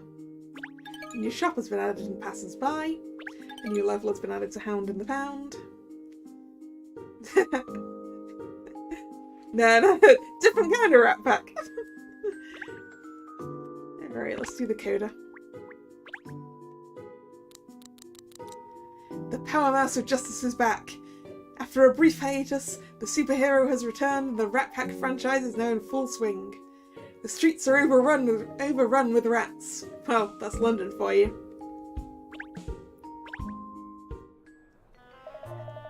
Here you are, my little chip off the old block. Your very own Ratman toy. Look, isn't he cute? Make way, make way. Here comes Ratman to save the day. Ta-da! Wow, Caesar, you've got it bad, haven't you? I didn't think I'd see the day you brought a baby into the office. It's so funny seeing you all go all gooey like this. You're usually so serious. Don't be cheeky, Tab. I'm not gooey. But I do love you, my little bundle of joy. Look, here's Ratman again. Do you love your little Ratman toy? Do you? Do you? Do you? Do you? You're as gooey as the chewing gum on my shoe. Make way, make way! We need a Ratman to save the day! Rat boy, what's the trouble? You look like you run a marathon. It's a yapper of a dog in Bowling Hill. He's so hungry he can't move. He needs a Ratman's help. The poor mutt. Right then. Ratman doesn't care if it's a hound or a hare. He helps all Earth's creatures. He has to be fair. He's on his way to the dog in despair. I'm getting quite good at this. But oh, who's on duty today? Me. Sorry, son, duty calls. I'll just go and get ready. Like a rodent from the gutter he appears. Crooks and villains tremble in fear. The power mouse of justice is here.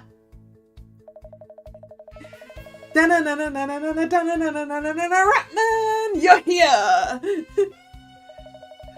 That's my line. Anyway, the dog's belly will rumble no more when Ratman appears with a takeaway for him. Meanwhile, Tab, you watch the Bab. Got it. I'll look after your pride and joy, don't worry. Remember, I am a father of 9. I can change nappies in my sleep. That Ratman is relieved to hear as he rushes into battle without fear.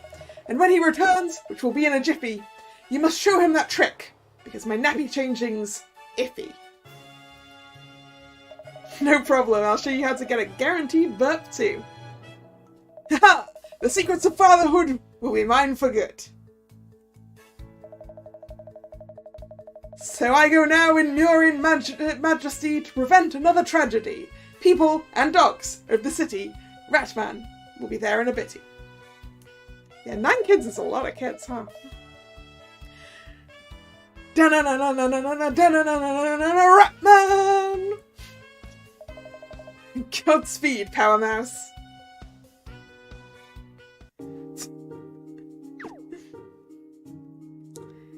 Alright, passers by. What have we got this time? Bling it on market. Okay, everyone must have the earrings. Extras. Ooh, there's an extras earrings. That's going to be a pain. Okay. So I need to have, I think, one here. And then one there. The one that's going here was going to bring people past this one. And that one. Wait, what was it? This one, that one. And one of the ones down the back. Ooh, only one of them though, actually. I want to shove that over there, I think. There and there.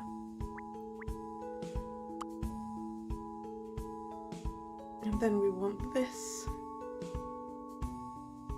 Oh no, that's not quite right actually, sorry. No. This one does have to go here. Right. And this one goes, well, probably here. And these in the other ones, is that right?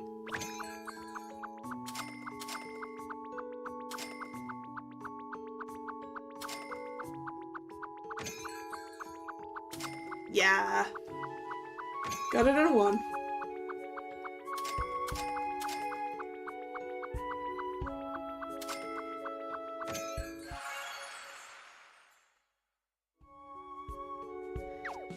And now for the more difficult minigame for me, Pound and the Pound. Edgy business. Don't fall down. Help Shill dodge the drops and make the jumps to get the hound out of the pound. Okay.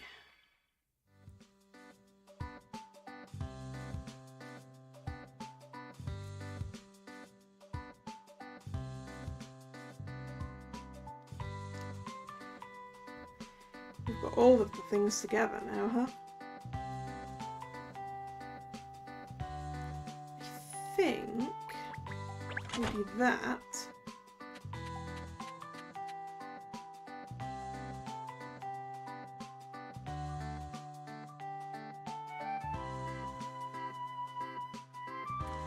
Ooh, that's not gonna work.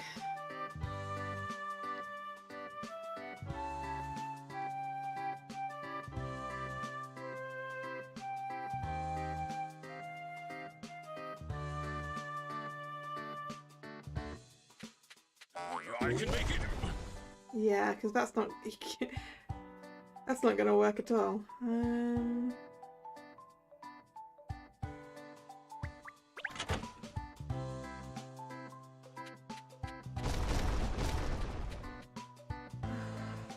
Right, okay. No, wait. No. Undo. Right, I want to try the other way, I think. No, that's not going to work either.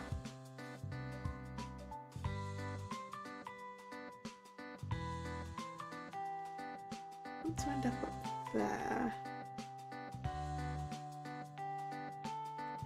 Because if I do this, all that's going to happen is the shell's going to fall and die.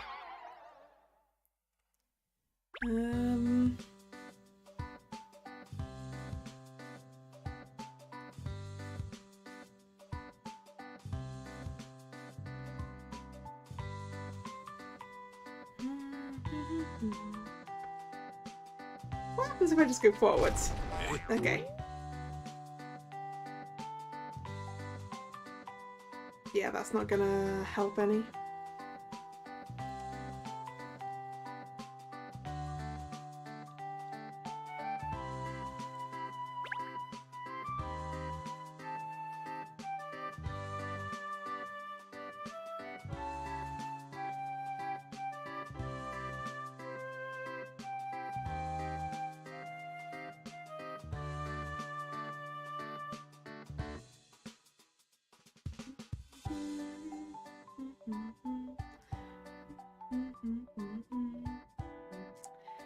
I'm not seeing how to do this.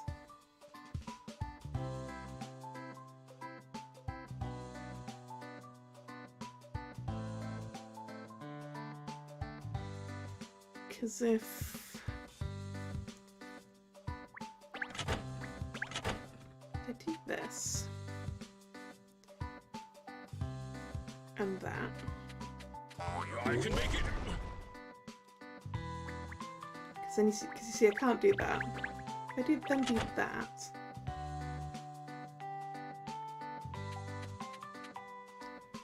that's just going to stop him here, which gets me nowhere. Or does it?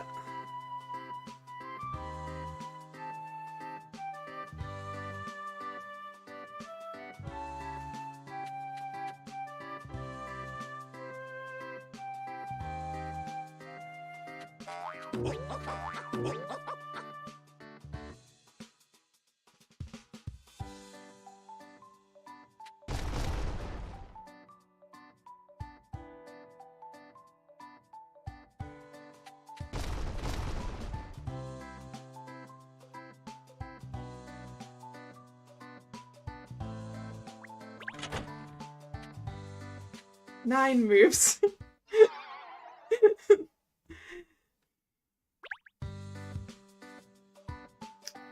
So actually, that gives me an idea.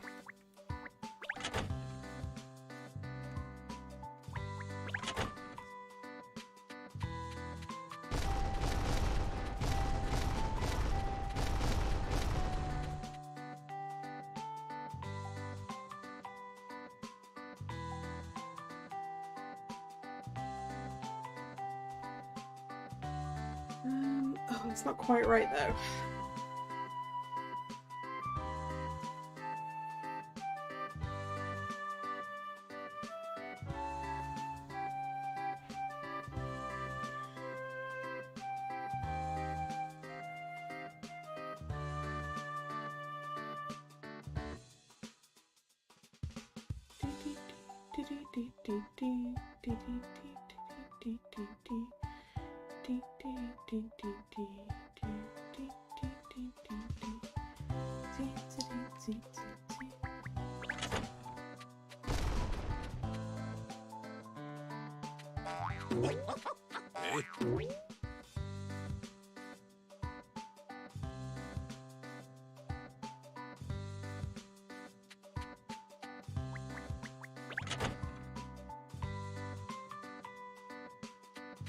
No.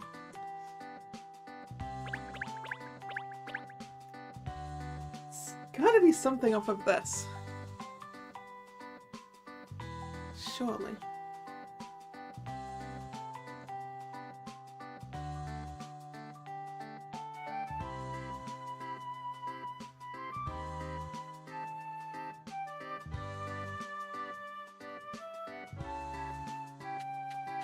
I can make it. Actually, wait. I do have it. There we go. Like that. Hooray! Let's see if we can swap in some meals. Melu and Ida.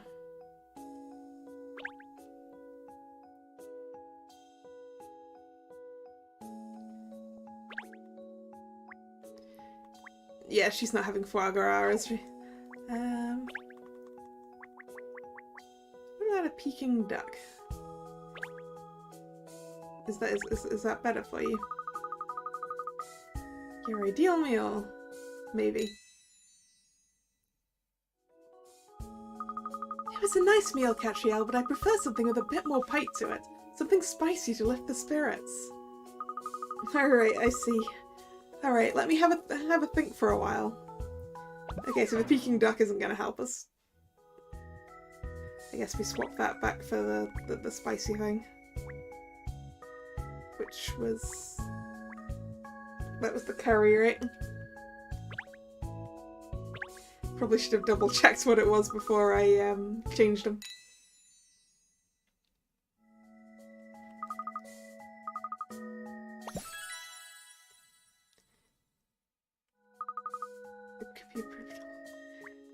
Yeah, because I don't think she's gonna want the foie. I guess the foie gras is for us to change here. Would you like some foie gras, Madame Gretchen? I hope I haven't kept you waiting too long. Your ideal meal. Let's go. Maybe. Oh well, I can see that you've tried. But I was hoping for some more extravagance. A fish dish, perhaps. Something really haute cuisine. Well, I gave you foie gras! What are you so mad about? I see.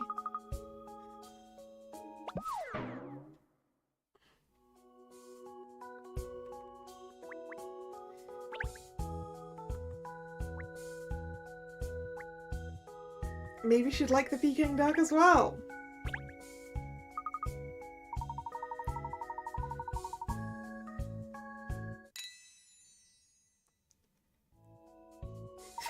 I'm not very partial to meat, I'm afraid. Didn't my maid tell you? Goodness, she is useless sometimes.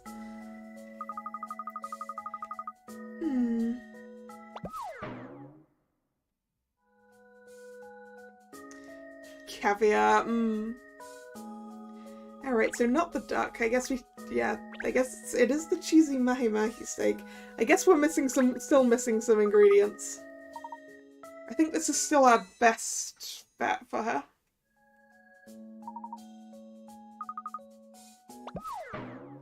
Some sort of extravagant... Can we change this garlic to something? No, she didn't like spicy stuff, right? And I feel like she got mad at us that the crab soup was... Did she get mad at us about the crab soup?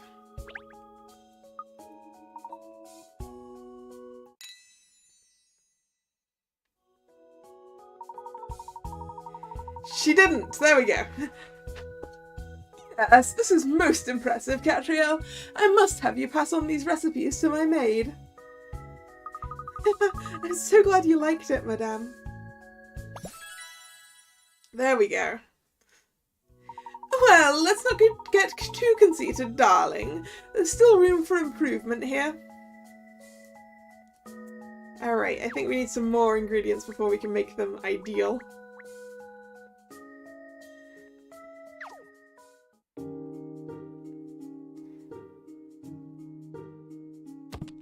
Alright then. Let's get into case 8 then. With this guy whose head looks like an egg. The Goddess of the Thames. Cass and Co have been invited on a luxury cruise. But will the Golden Goddess in the Grand Lounge keep smiling? A golden goddess statue on a ship, you say? Hope this one's not cursed.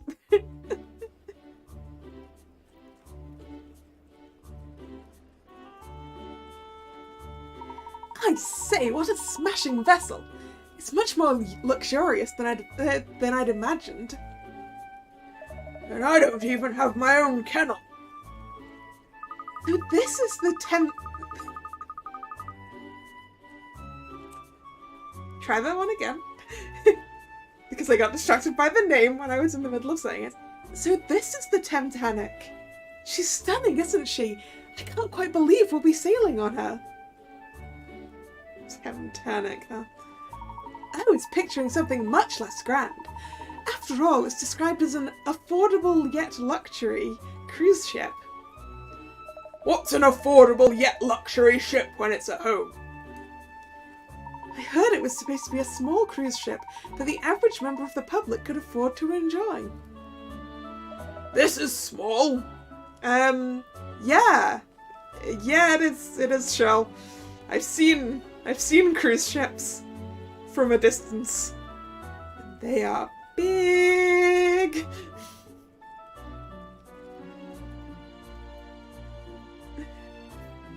I was in Southampton one time and I saw one of the cruise ships in the distance and it's like, that ship is bigger than some of the buildings around it. I mean, to be fair, we are on the Thames, so for a river cruise ship, that's probably large-ish. No, actually, I'm still not sure it's large for that. It certainly doesn't look small, does it? Gosh, just imagine what the inside is going to be like.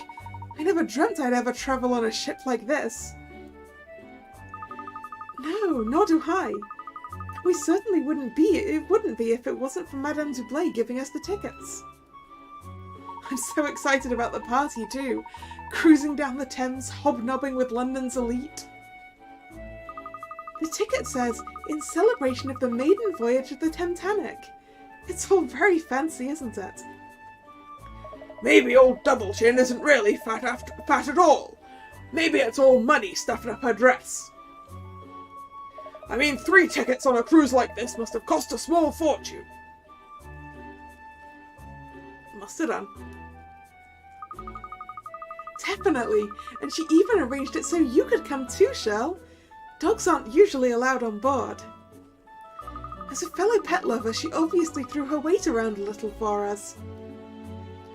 Well, I owe her a lick for saving me from boredom at the office. I just hope it isn't too rough.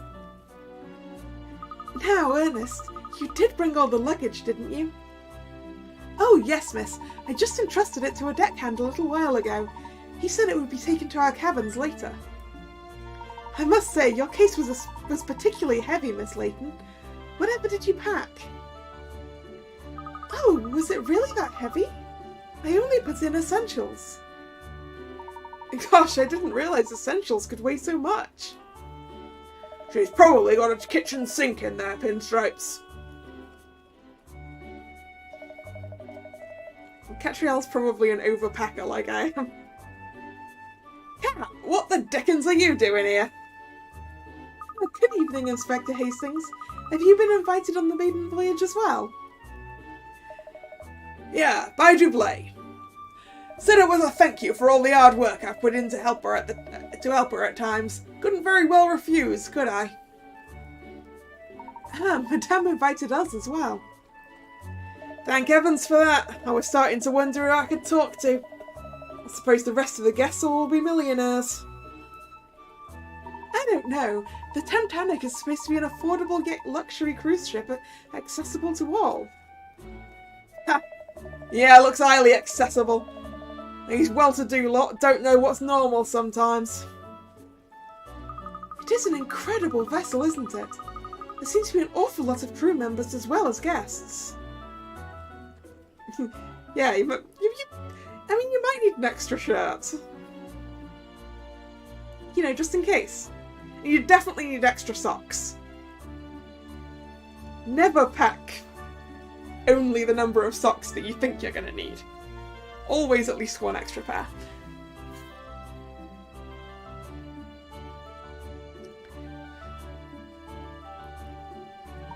vessel of this size requires a considerable crew, miss.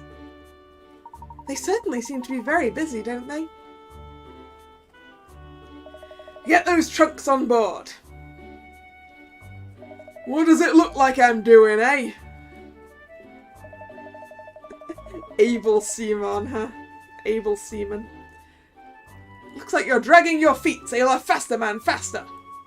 And Declan Swabber, as in Deck Swabber, I guess. Alright, alright. We'll be weighing anchor soon. We've got to get everything on board. Poor people, they're rushed off their feet. Hmm? What is it, Cat? Isn't that Emiliana over there? Ah, yes, we haven't seen Emiliana in a couple of cases now. Seems like we have one case with Emiliana and one case without at this point. Why is it that all the games I play have tons of puns? Yeah? I don't know. It just happens that way, I guess. Oh, yes, so it is. I think she's seen us too, look. Good evening, Inspector, Catriel, Ernest. Oh, and I see you brought your pet along with you. Good evening, Emiliana. Have you been invited to the party on the Titanic too? If they don't have puns chats ready to help out, that's also true. There's always puns. Yes, I have. You're not coming, are you? Yes, we are. Madame Dublé invited us. Oh, yes, it was her who invited me too. I was hoping to be able to relax and enjoy the cruise. I mean, you don't have to interact with us, Emiliana. You can go find a deck chair on the promenade deck and just leave us be. Not much chance of that happening with you on board. Oh, don't be like that. Let's enjoy it together. Oh, miss, it looks like we're ready to embark. Captain Pullman. I do apologise for the wait, ladies and gentlemen. However, we are now ready to begin boarding the vessel. Mind your step as you walk up the gangplank and enjoy the cruise. This is so exciting. Come along, on we go. Oh, wait for us, miss. Hey, don't forget your pet.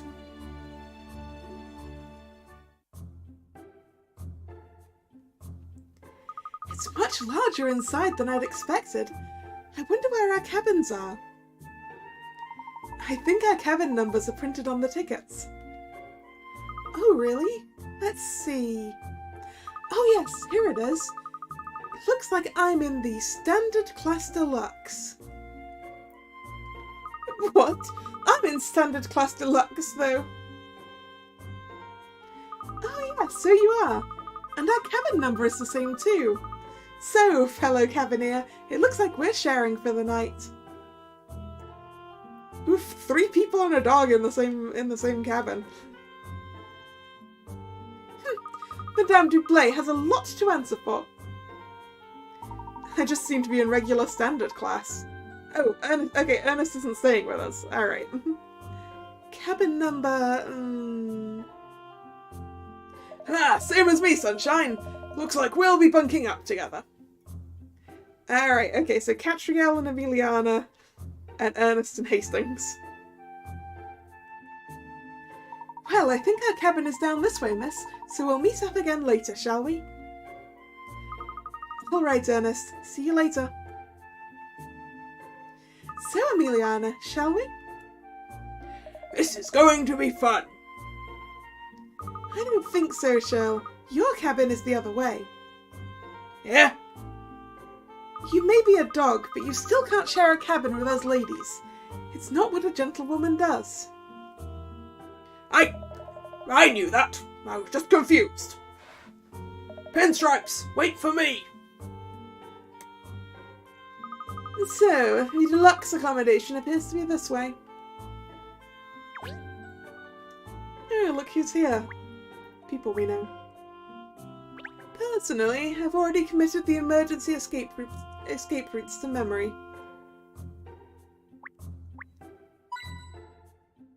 I mean, that's a bit quick, Emiliana. We haven't even had our muster drill yet.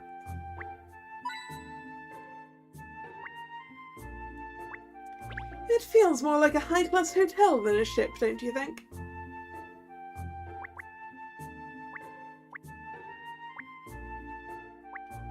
Yep, that's how.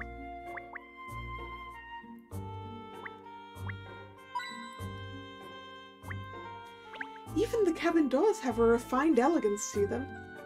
The level of luxury on this ship is quite something.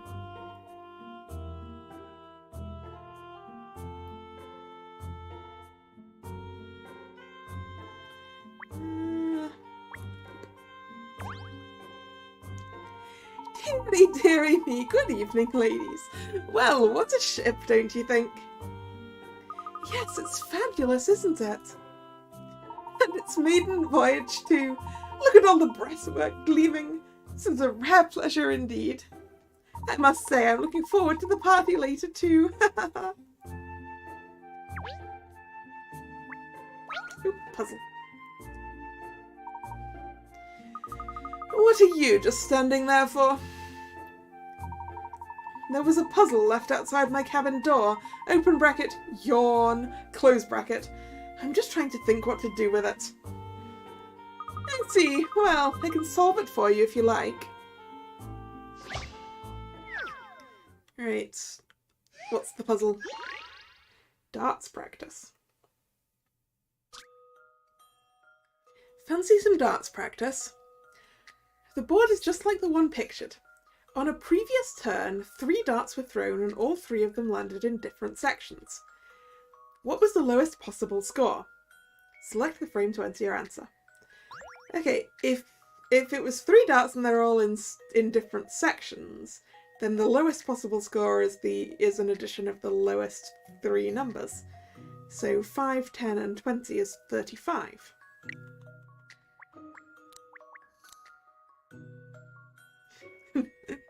I'm not great at darts either. I used to play with a friend with an electronic dartboard, and I sort of know what I'm doing, but I'm not good at it.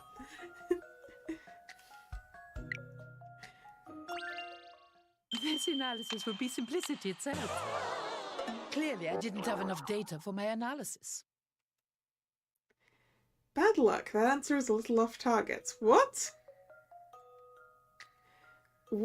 Why is that wrong?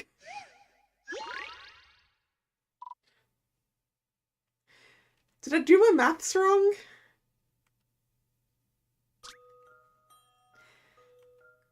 On the previous turn, 3 darts were thrown and all 3 of them landed in different sections. What's the lowest possible score? How is it? Are we including missed the board entirely? If we're including missed the board entirely, it's 15.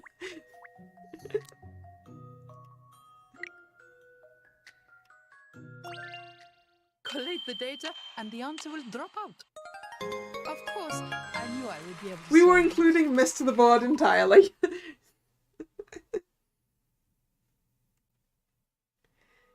You did it. The lowest possible score is 15. One of the darts missed the board entirely and scored 0. Let's make sure no darts end up hitting someone. Yes, because pub darts are spiky and will hurt. As I said, I've only played with an electronic darts board, and those are a lot more difficult to do damage to people with.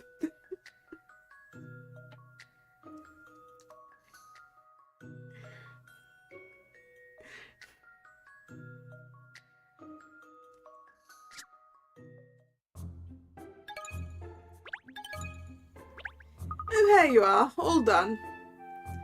That was brilliant. In fact, I think you'll find it wasn't unlike the final scene in Maverick D. Rector's revolutionary Mad Max Supersonic Soup Kitchen. The same sort of catharsis and exhilaration was provided by the protagonist's father as he sank into a giant vat of soup with his thumbs in the air and... Excuse me, I really must... go.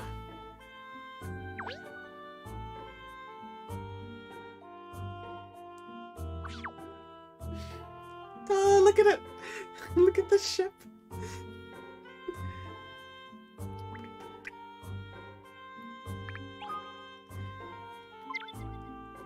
It was a Terminator reference. Okay.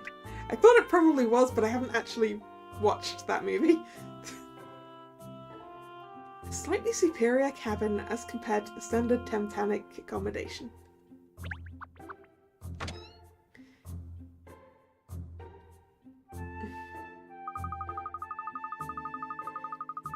So this is standard class deluxe. It's quite a large cabin actually, isn't it? What luck! Alright, so this is a cabin with a window. Which probably means standard class is an inside cabin. Or possibly that it's just smaller, I don't know. Yes, it's certainly better than I was expecting. Oh good, and my suitcase is here already, I see. Isn't it a little overstuffed? What have you got in there, Catriel? A detective's bag is always full. I have many important things to take around with me, even for one night. That's too much for one night, surely. You could manage for a week with a suitcase that full. I don't think so. I've already whittled it down to the bare minimum. Anyway, let's not waste any more time talking about luggage. We should be out on deck enjoying the cruise. Well, I agree with that. Too much time in here could be trying. Shall we go and ask Ernest and Inspector Hastings if they want to join us? Yes, all right. We'll go and find their cabin in standard class.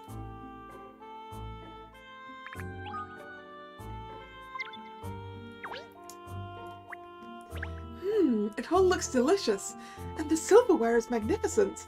I'll help myself later. To the fruit, right? Not the silverware. Yes, this looks very comfortable. Good.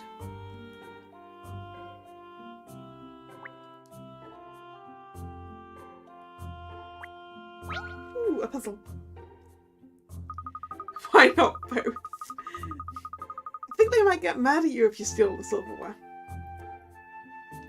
Look, Emiliana, isn't that just No, it isn't just gorgeously furnished, this cabin. They've even provided entertainment. A puzzle. Do you really think they deliberately hide puzzles in cabins, Catriel? Perhaps. They think of everything on cruises like this. Let's see what this puzzle is like.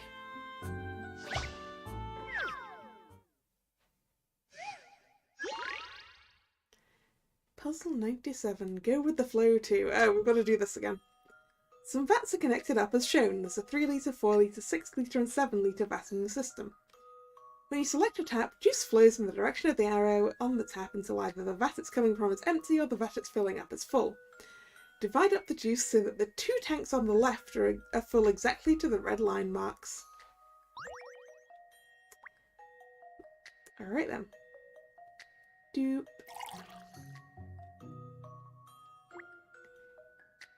Doop. Doop. Doop. Doop. Doop.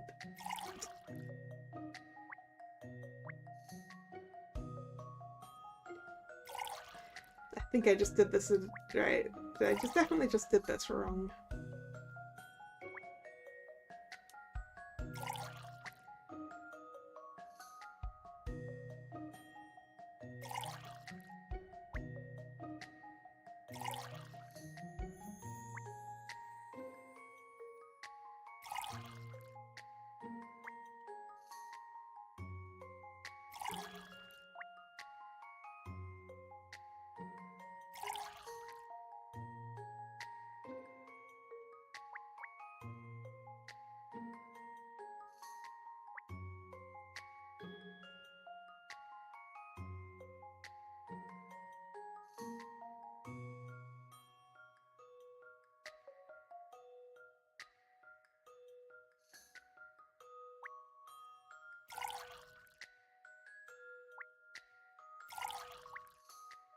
That. There we go.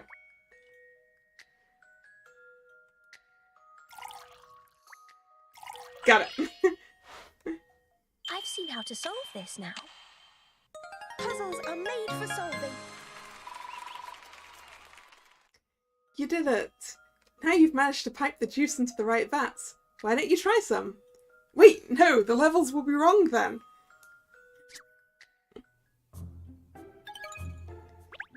That was a good puzzle. Even better than you'd expect from affordable luxury.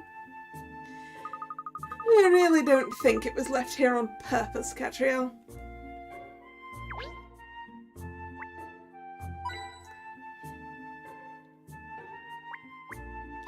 Hint coin, hint coin. And the bedding is excellent quality. I will sleep very well here if a certain so-called detective doesn't snore.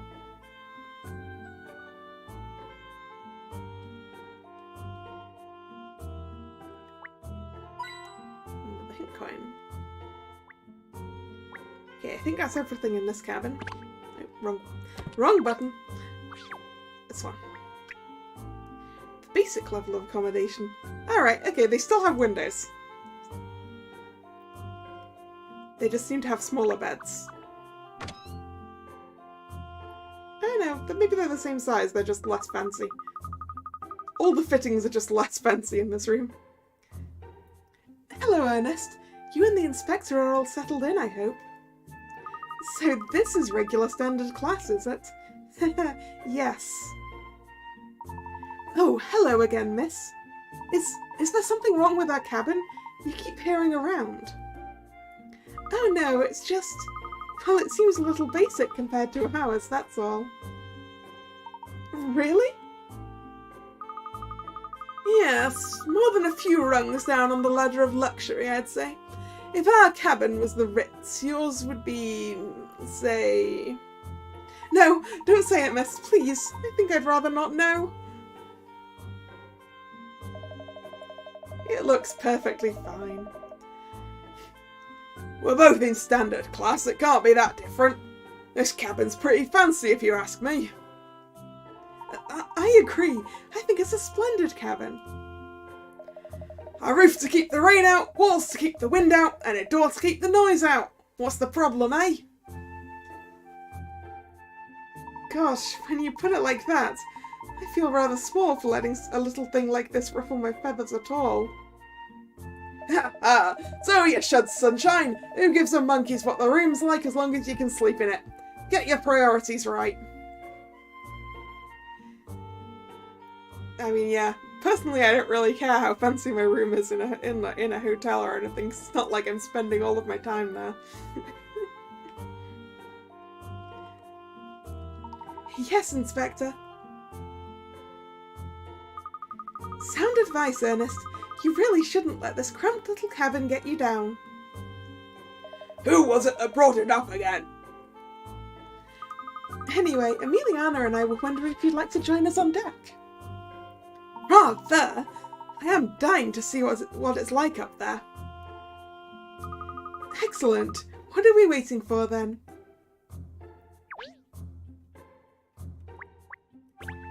We have the same book in our cabin.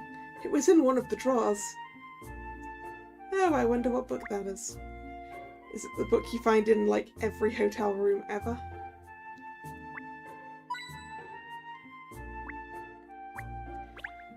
Well, the window is a similar size to the one in our deluxe cabin.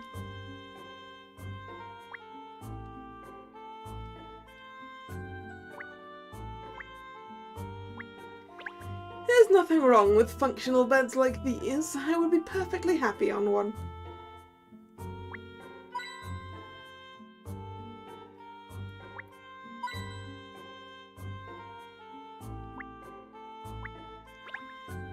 They look rather plain and ordinary, don't they, these beds? But I'm sure they're jolly comfortable. You see that? This room didn't come furnished for the puzzle.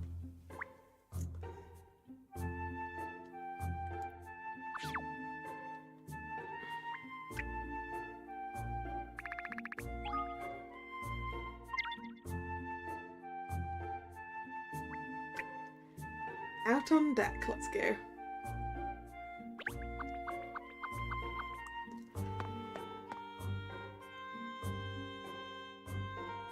Welcome aboard, ladies and gentlemen. With cloudless skies above us, we have a perfect night for our cruise.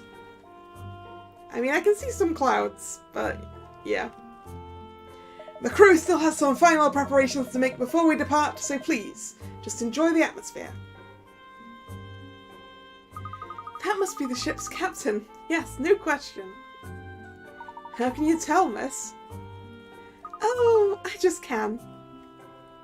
Guts again. I don't think you're far off there, Catriel. Oh, do you think so too? His composed demeanour, his uniform, the fact that he's addressed the passengers. Yes, I'd say there's a high probability that he's the captain of this vessel. So you're like me, Emiliana. You think he's the captain as well? You simply guessed. I, on the other hand, use my profiling skills to arrive at the truth through logic and reasoning. I'm not like you at all. I mean, and I came to the conclusion he was the captain because his nameplate above the text box said he was. Oh, you two, he's coming over, look. Welcome aboard the Titanic. I'm the captain of this vessel, Midas Pullman. His name's Midas, and there's a golden goddess statue.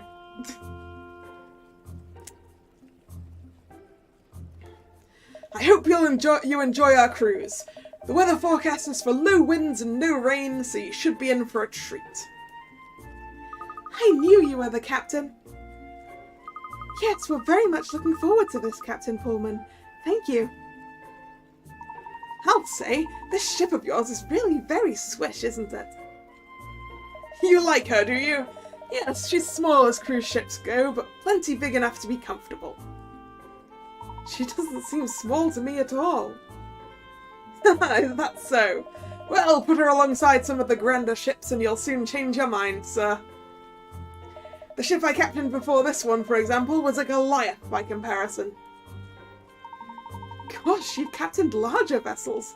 Amazing. You can't judge a ship by her size alone, though. Certainly not a case of the bigger the better. The greatest cruise ships are the ones that give their passengers the smoothest and most enjoyable ride. Well, that's jolly sound logic, yes.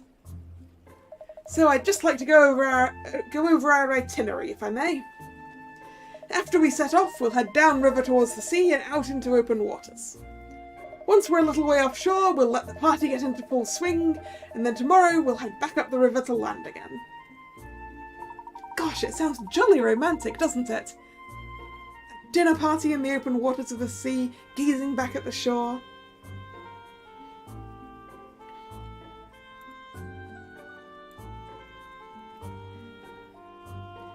Sounds wonderful, yes. Dinner on such a luxury ship is bound to be absolutely mouth-watering. I think I can see draw. Well, we should be ready to depart any moment now. So I wish you all a very enjoyable cruise, ladies and gentlemen.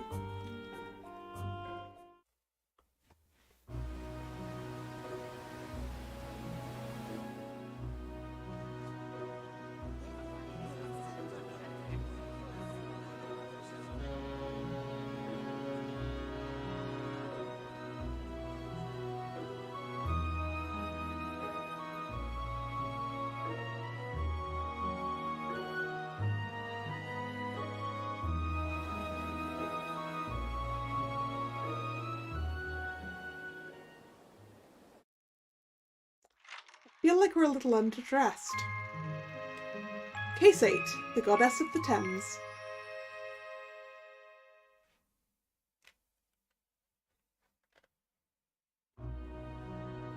We're off at last. I'm sure this is going to be quite an adventure. I have a feeling something's going to happen. Why do you say you've got a feeling something's going to happen? That usually means a case. Oh, don't, Inspector. This is supposed to be a break from work for me. Yes, you and me both. Let's hope we can stay off duty, eh, Perfetti? Yes, let's all just enjoy the cruise. My suitcase is the only case I need. Excuse me, Miss Catriel Layton, I believe. And Inspector Hastings and Miss Perfetti from Scotland Yard, if I'm not mistaken. Madame Dublé told me she'd sent you invitations to this little cruise. Ah, yes. You're one of the 7 dragons, aren't you? I remember seeing you at the premiere of No Sub for Love at the Savoy. Yes, indeed. I am Mustafa Fullhold, the owner of this ship. It is a pleasure to make your acquaintance. Must have a full hold, I think. Perhaps you've heard of my shipbuilding business here in London. Bountiful Holdings, it's called. Bountiful Holdings? Yeah, it makes me think of Cargo and Spellneck Full Hold. Yes, it's the UK's #1 shipbuilding and shipping company, Catriel. According to Companies House, profit in recent years has derived as much from machine transportation as shipbuilding. And the company's shareholder report indicates new investment in passenger shipping. I believe the objective is to reclaim some of the business lost to the motor and airline industries in recent years. You are very well informed, Miss Perfetti. Yes, in fact, this affordable luxury cruise ship was one of my own ideas. One cannot tread water in business. One must always seek new horizons, think of new ideas. In the past, I have taken no prisoners when I was making a name for myself. Many of my rivals wept because of me. But every man is the smith of his own fortune, a dog-eat-dog world, as they say. No doubt an eminent detective such as yourself understands what I'm talking about, no? I try not to eat my dog. So people apparently gain eminence through sheer good luck. Well, it is uncommon for Madame Dublé to compliment anyone. She tells me you have an incredible mind. I would like to see that mind in action, if you will indulge me. As always, I meet a dragon, they give me a puzzle. Puzzle 99. Tall order. When the whistle is blown, sailors with flags down will raise them, and those with flags up will lower them. You need to make all of the sailors have their flags raised by issuing exactly 5 commands. Select the whistle on the left and drag it while holding down A to show a circle that issues where your command will apply. When you release the button, you blow the whistle and the sailors in question raise or lower their flags. Okay. How big's the circle? Oh, it'll also tell me who's involved in the circle. Cool. If we have these two... No, wait. That was supposed to be 2 of you.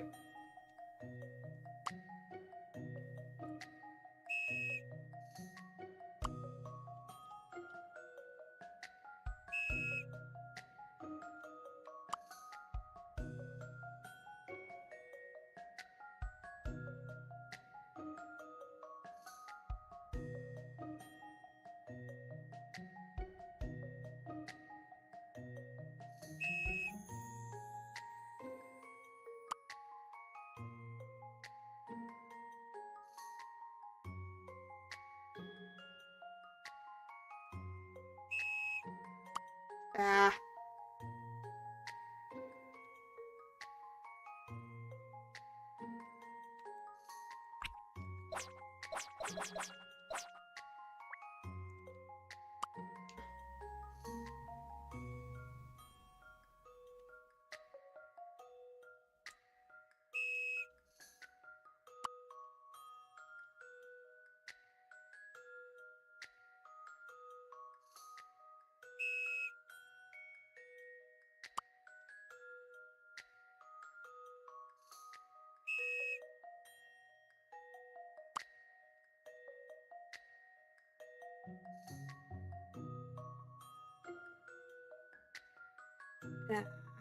No.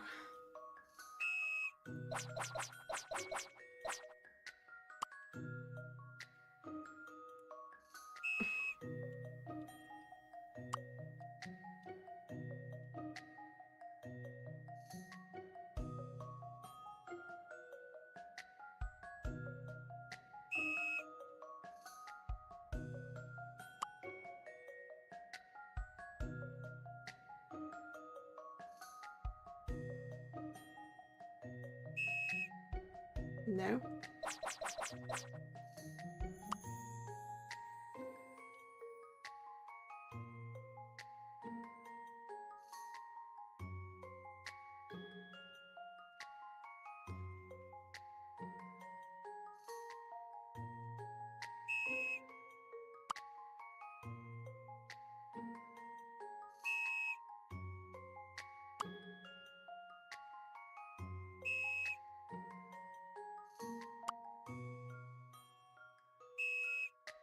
Still short one.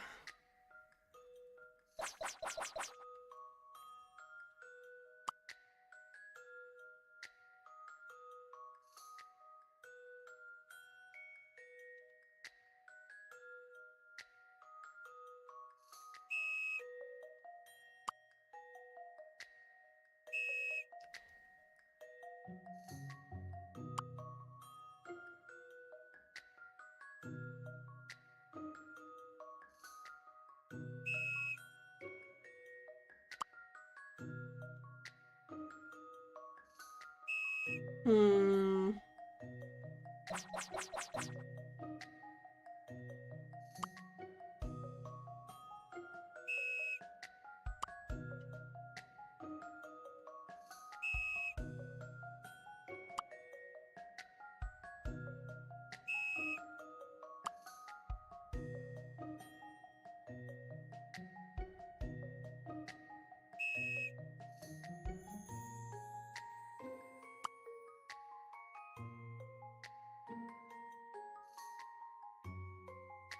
Still not all of them.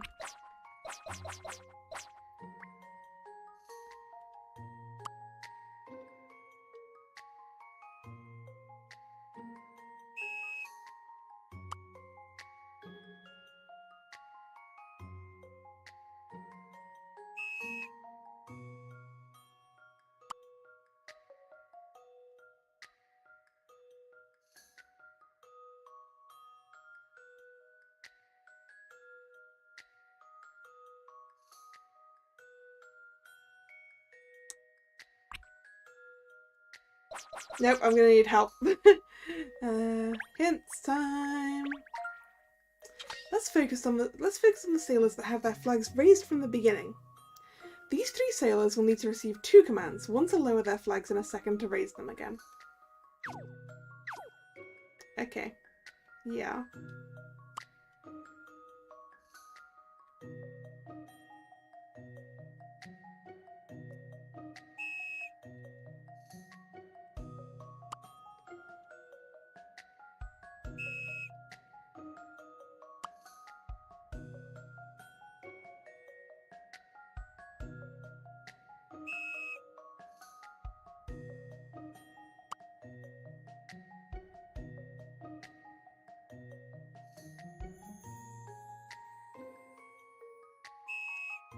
No, I'm still one short though. Hints. Position your command area centrally so the sailors at the top and to the right who have their flags raised from the beginning will lower their flags. The sailors to the top and to the right.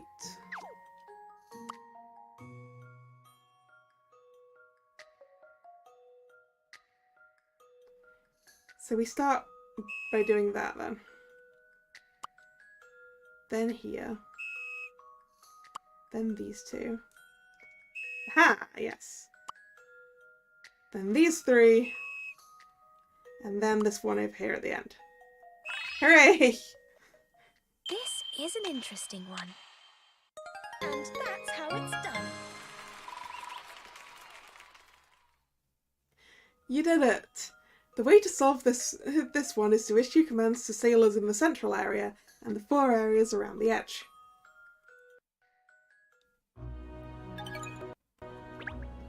Ah, yes, I see it is all true. These rumours I hear of your extraordinary talent. Thank you. If you ever find yourself in a fix, please do come and ring my bell. Ha! Fixes do not trouble me, Miss Layton, but I will certainly remember your name. So, I wish you all a most enjoyable voyage. Mr. Fullhold, forgive the interruption. The steward informs me they're ready to begin the party. Ah, thank you, Midas. We're in the open waters already. Yes, sir. The Titanic is a very speedy vessel, as you know. Not perhaps in the same league as the SS Midas Touch that you captained before, but I hope you are satisfied with her. He piloted the SS Midas Touch. Sorry, captained, not piloted. Absolutely, Mr. Fullhold. She handles like a dream. So, my friends, it seems the party is underway. Please make your way to the Grand Lounge. Let us celebrate this maiden voyage in style. The party, miss. This is so jolly exciting, isn't it? I can't wait to see what it's like. Let's go straight to there now.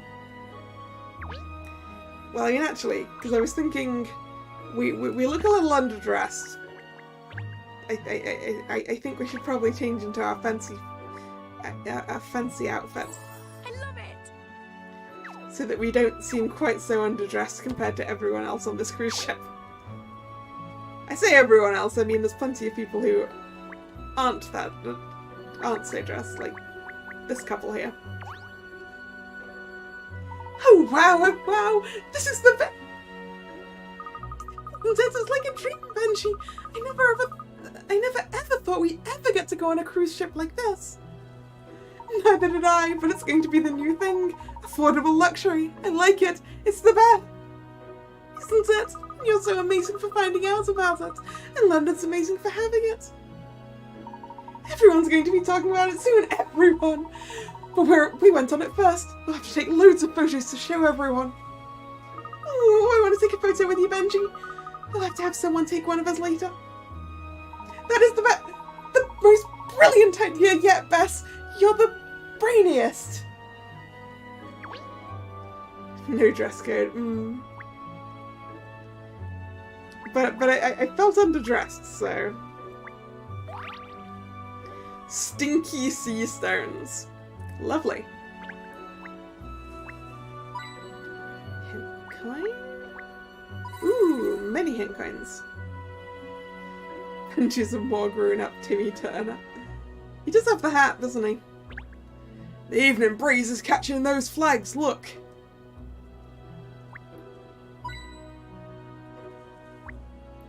The bow of the vessel. You could stand on the railings, miss, and I could hold you around your waist. Titanic reference. We don't want to make Titanic references on the Titanic.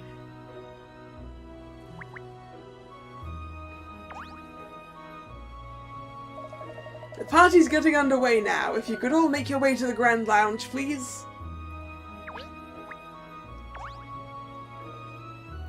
The party is the crowning glory of this maiden voyage. Oops, wait. I hit a button accidentally. The party is the crowning glory of this maiden voyage. I promise you a most indulgent experience. Most indulgent, huh? So I'm assuming we're going to where the Golden Goddess statue is? Yeah, we are. The Grand Lounge. A vast and lavish hall where the guests on board can wine and dine.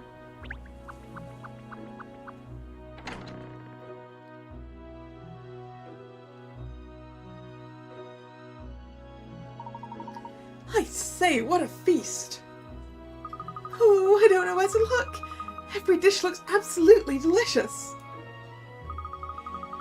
Though my nonna might not have agreed, there's more to life than food, you know, you two. Just look at the decor in here. That golden statue over there is magnificent, isn't it?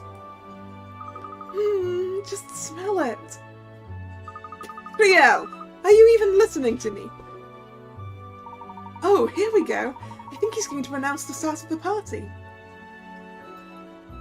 Ladies and gentlemen, my esteemed guests, may I thank you personally for joining me on the maiden voyage of this magnificent ship, the Titanic. As you know, she is the first of a new line of affordable but luxury cruise ships to be manufactured by Bountiful Holdings. So please, drink, Feast! Live for this evening like kings and queens. Later we shall have some entertainment prepared for your enjoyment. A game, where we shall see on whom the goddess of fortune is smiling tonight. Let the party begin! Bess, what do you want to try first? Let me show my love for you by getting you a plate. Oh, Benji, you're just the sweetest. I don't know where to start. Oh, dearie me, what a party. Wait till I tell Maud and Enid about this. It's certainly an impressive party. I'm sure that all the well-to-do Londoners here feel very at home. Well, it's not the kind of bash I'm normally invited to, but I could get used to this. In fact, I might even surprise the better half with it one time. What's the matter with you, Catriel? Why have you gone quiet all of a sudden? Oh, no reason. I mean, I don't mind if everyone just wants to chat instead of going to get some of that sumptuous, scrumptious, oh-so-eat-me-now-cious food. Cat is distracted by the food. Typical. Laura, let's go have a look around, shall we? Yes, let's go and look at the dishes, and the platters, and the salvers, and perhaps just glance at something other than food as well, maybe? I mean, I don't know, look at that food, eh? Just this pile.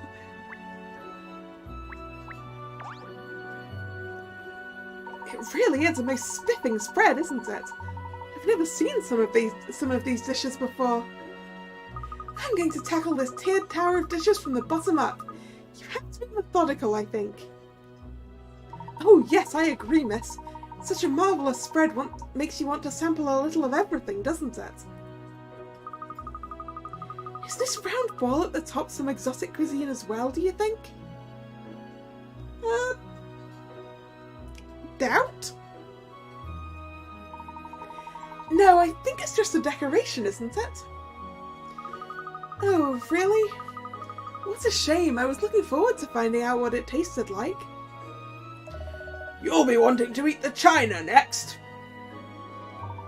I think there's even a special dish laid on for you, Shirl. You have my attention. Madame Dublé thinks of everything, doesn't she? It's funny. She doesn't strike you as someone likely to notice the smaller details. She'll strike you for making a comment like that. Oh, I've just noticed the jelly besides my nemesis tower here. There's always another distraction, isn't there? It's impossible to know where to start. I mean, I think tackle the tower from the bottom up seems fairly appropriate. Now that's what I call a feast. Are all those bones for me? Doubt, Shirl.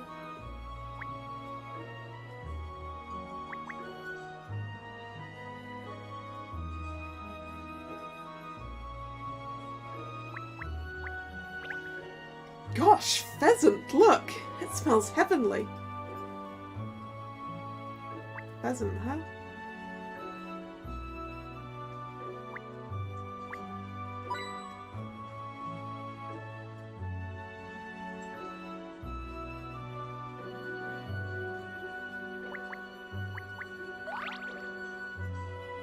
The Deity Deck card.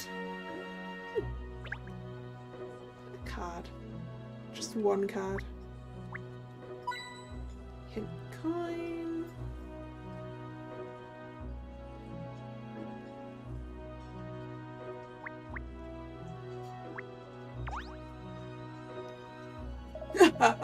You enjoying yourself, I hope?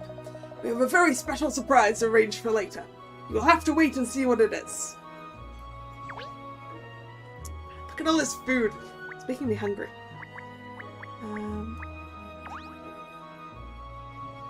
I hope you're all enjoying the party. Take your time. We have all night. Alright, I guess now we've got to look at the golden statue. Is it just because I'm so small that that thing looks so huge? No, it's enormous. I wonder how many meters tall it is. Clearly it's modelled on a mythical goddess. Clearly. Anyway, it's very ornate. It must have been a real labour of love to produce. I would think so. As a work of art, it's exquisite, and the fact it's made of solid gold makes it all the more impressive. Really? Solid gold? That seems like a poor choice, but for something that large. You mean it's not just gilt? Gilt? When it belongs to one of the 7 dragons, Ernest, please. I'm sure Mr. Fullhold wouldn't dream of using a gold-plated statue as the centerpiece of his new ship. But even if it isn't gold-plated, I mean, it could be hollow. It would make more sense for it to be hollow. Golly, I'm flabbergasted. Such an enormous statue made of solid gold is out of this world. Esteemed guests, beautiful ladies and charming gentlemen, as part of our lavish entertainment for you tonight, I've devised a little game for you to play. Ooh, this sounds jolly exciting, doesn't it, miss? But before I explain to you the rules of the game, let me inform you of the sumptuous prize. Tonight, ladies and gentlemen, it is the gold statue of the goddess. The statue? The solid gold statue? That's the prize. That is correct, Miss Layton. It is the gold statue of the goddess that I will be giving away a bidding slip for. A bidding slip. Alright, so you're not giving away the statue. A bidding slip? I'm sure no one will want to pass up the opportunity to bid on this magnificent work of art. Dearie me, auctioning that unbelievable statue. Mr. Fullhold will be the talk of the town. Oh, Benji, that sounds exciting. We have to take part. Definitely, I'll do everything I can to win it best, to show you how much I love you. Yeah, you're going to be outbid a lot, probably, Benji. Well, everyone certainly seems excited by the idea. And you're not, Cat. Aren't you going to give it a shot? I don't think so. I mean, the prize is just a bidding slip. It's not the statue itself, is it? You do realise, Catriel, that a statue of that size made of solid gold is practically priceless. If it were to be put up for auction, people would be falling over themselves to be invited to bid. I mean, I'm pretty sure only people who think they have enough money to bid on a statue like that would be falling over themselves to be invited to bid. Like, what's the point if I don't have as much money as some of the other people who are bidding?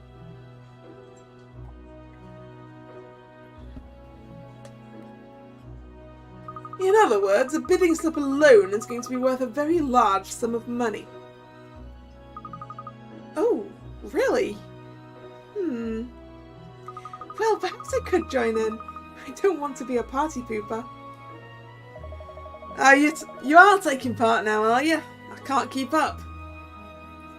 It sounds like fun, whatever the prize might be. I won't pretend I'm not interested, but I would like to know the rules before I agree to take part. Well, Perfetti, I think you're in luck. Looks like our roast is about to fill us in. So, ladies and gentlemen, allow me to tell you the rules of the game. Concealed on this very ship are 4 angel statues. These you must find. It is a treasure hunt, you see. Myself and Captain Pullman will lead you to the approximate locations of each angel statue in turn. The treasure hunt will take you all around this magnificent new vessel as you search high and low for the angels. So to the first of the angel locations, the heart of the Titanic, the engine room. Ladies and gentlemen, follow me. hunting for angels in order to win the goddess. Mr. Fullhold has a wonderful sense of style, doesn't he? I say, this promises to be rather fun. A policeman, a private detective and a crime analyst all competing against each other. 3 professionals in the field of treasure hunting. I think it's safe to say that one of the 3 of you will be claiming that bidding slip. Searching in different angles for the angels.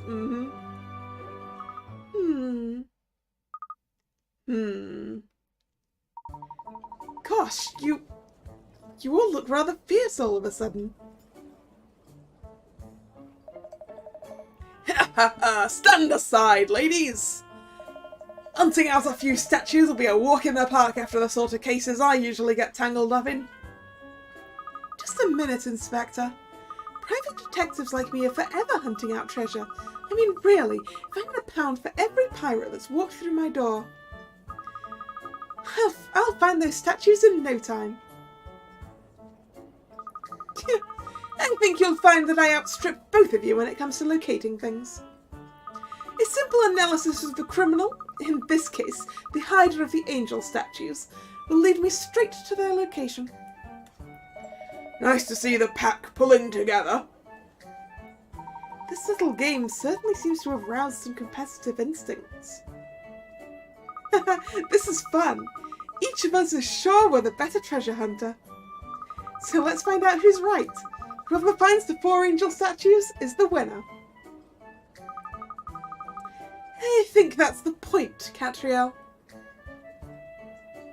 You're on, Cat. I've got some little grey cells of my own I can call on when I want to, you know. It doesn't have to be a dog-eat-dog disaster. Wouldn't you be better off working together? Shirl, there are only 3 possible outcomes in this scenario. The first, someone other than one of us 3 wins the prize. The second, one of the other 2, in other words Inspector Hastings or Emiliana, wins the prize.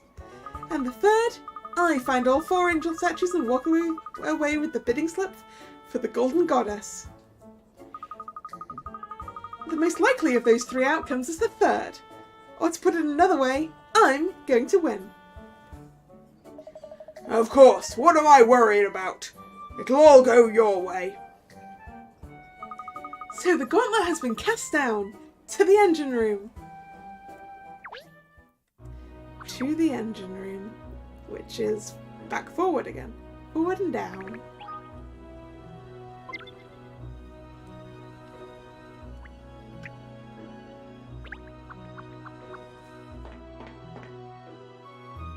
Ooh, look at all those pistons going. Here we are, ladies and gentlemen, at the heart of my latest vessel, the engine room of the Titanic.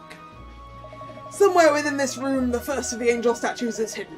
Which of you can find it? Oh no, there are pipes all over the place. How are we going to find a little angel statue in here? This is the worst. Don't worry, Bess. If we work together, there's nothing we can't do. Oh, Benji, you're just the best. Just great. Dearie me, an angel statue hidden in here somewhere. Well, I'll do my best. Is it safe to run?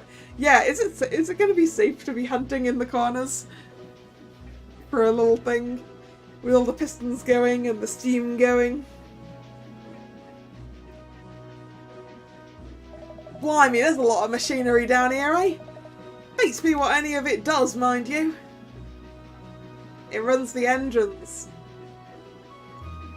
Makes the ship go, Hastings. His ships are outside of my area of expertise too. I should have studied more before coming on this cruise. Oh, this all looks very interesting. Is that a speaking tube at the end there? Hey, pause off unless you're told otherwise. Ah, and there's a switch just above it. I wonder what it does. Hey, I said pause off! Curiosity is something someone with your name shouldn't be messing with. Ah, that switch is used to operate the crane for loading and unloading large cargo. Oh, I'm sorry. I shouldn't have touched without permission. No harm done, Miss Layton. Now it looks like Mr. Fullhold is all set to start the game. The thing is, if the game is find all 4 of the angel statues, isn't it possible that different people will find the 4 different ones? Let the game begin. You're free to explore the engine room to your heart's content, as long as you do not slow us down, of course. Ha ha ha. So I invite you to locate the angel statue. Yeah, this little speaking tube, huh? Seeing a speaking tube like this really makes you feel like you're on a ship, doesn't it? Oh yeah, that's definitely a crane switch.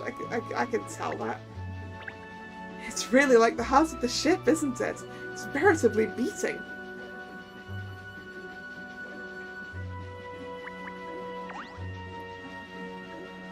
I have hidden the angel statues for this amusement personally.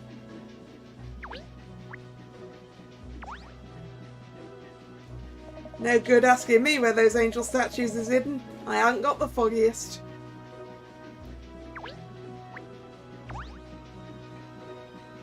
I hope you all enjoy our little treasure hunt.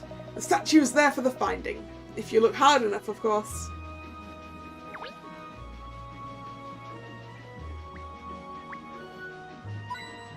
Found a hint coin.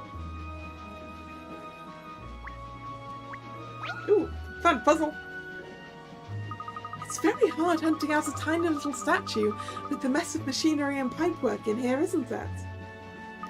My instincts are telling me this panel here with all the switches on it is hiding something. I'll just try flicking a few of them. That's a bad idea! You're in the engine room. Puzzle 100. Treasure hunt. 9 treasure chests are hidden in a cave.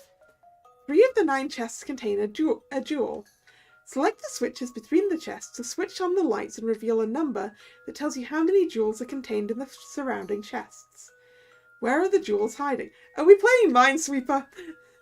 When you think you've identified a chest that contains a jewel, select the chest to circle it. If you change your mind, just select the chest again to remove the circle. Yeah, we're playing Minesweeper. Okay. Doop. 2. 1.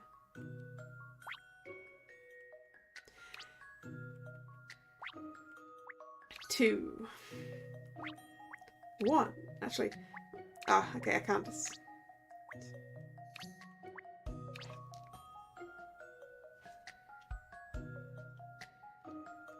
This seems a little more difficult than Minesweeper.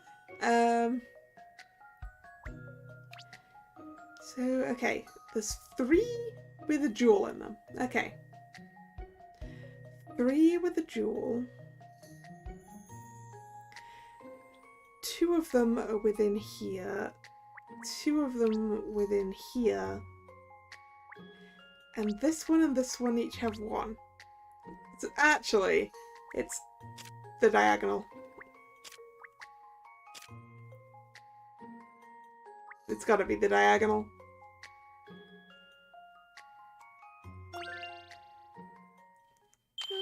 This should do it, I think.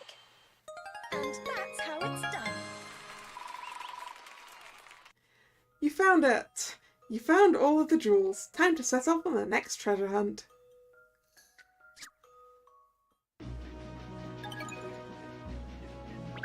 Haha! I found something!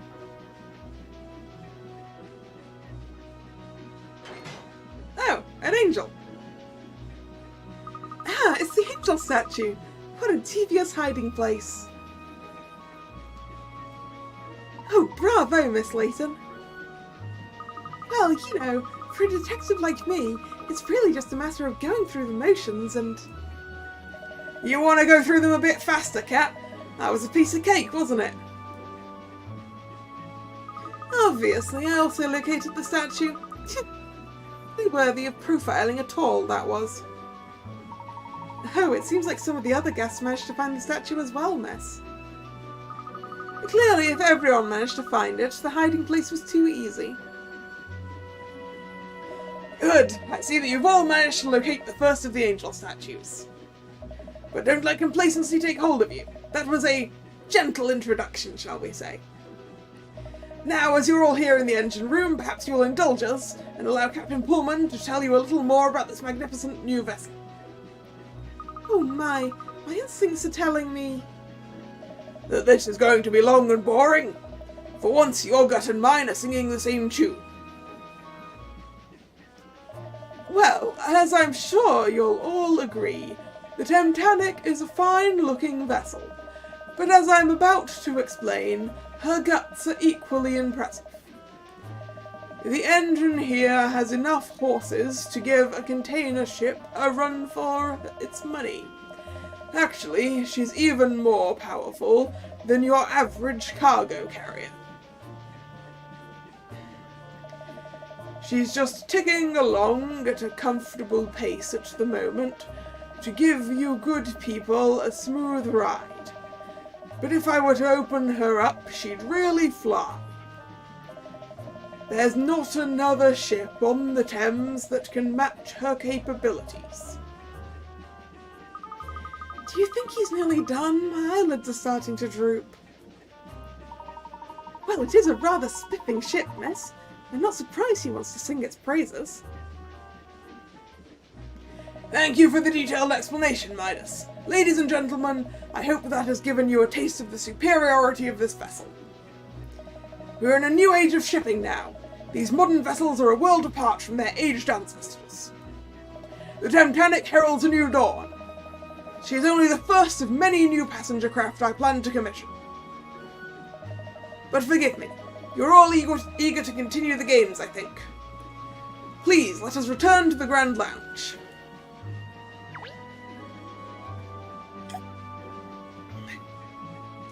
Is there anything else around here for me to... Oop. A puzzle. What? I don't believe it. What's this? Whatever is the matter, Inspector? Look, a puzzle, right here by this ladder. A puzzle? That's what all the fuss was about. Huh. Puzzles are always something to get excited about, Shell. And besides, we can watch the Inspector solving it. Ooh, the Inspector has to solve this one. Likely lad on ladders. Help the robber escape from the cops. Don't worry, he's a good guy, really. He has to reach his getaway chopper on the roof by climbing the ladders. Each floor of the building contains only one safe ladder. There are only 2 safe ladders on the right side of the building, and the ladder on the top floor must be approached from the right. Using this information, select one ladder on each floor to plan an escape route. Remember, the robber can't pass a cop, or he'll be nicked. Okay. There's only 2 safe ladders on the right-hand side of the building, and the ladder on the top floor must be approached from the right. Which means that this one over here on the 3rd floor has to be one of them. Because then you approach either one of these ladders from the right. In order to get to this one without passing a cop, we've got to use this ladder. And if there's only 2 safe ladders on the right-hand side of the ship, that means it's this ladder and that one.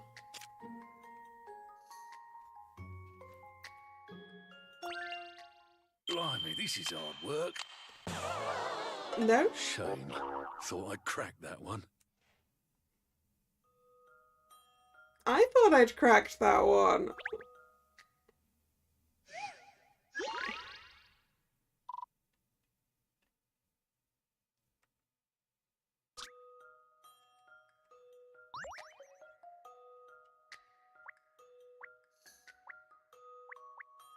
Why isn't that right?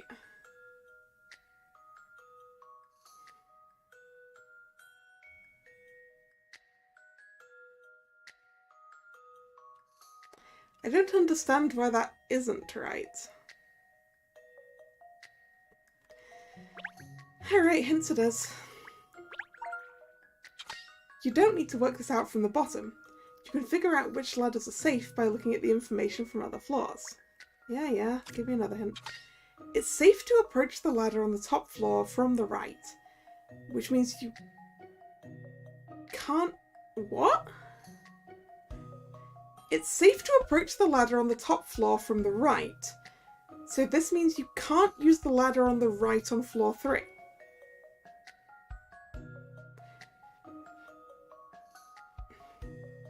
How am I supposed to be approaching the ladder from the right if I'm not using the right-hand ladder?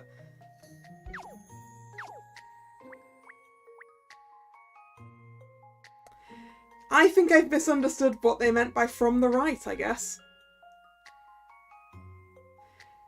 I guess it's the ladder at the top deck will be on your right. Okay, so we're just gonna swap all of these over then. I guess. Like this.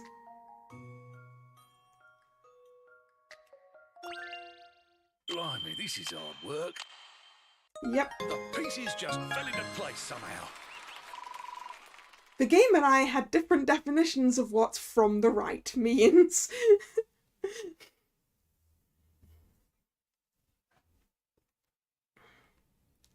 But now we have a nice neat number of cigarettes. You did it! You managed to help the robber outrun the cops. That makes you complicit in the crime. Yikes. But you told me you was a good guy, really. See, that's how I solve them. Bravo, Inspector. Excellent work.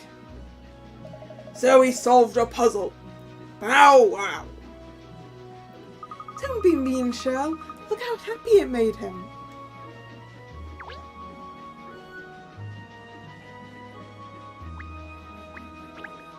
I'm not big on engines, but that looks like the fuel line to me.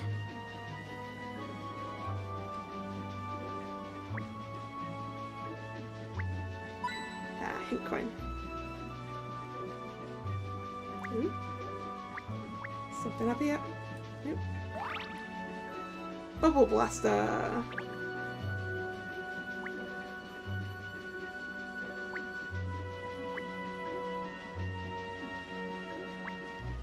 Okay. Think I've looked at everything now. Time to lay low. Gotta go to the hideout.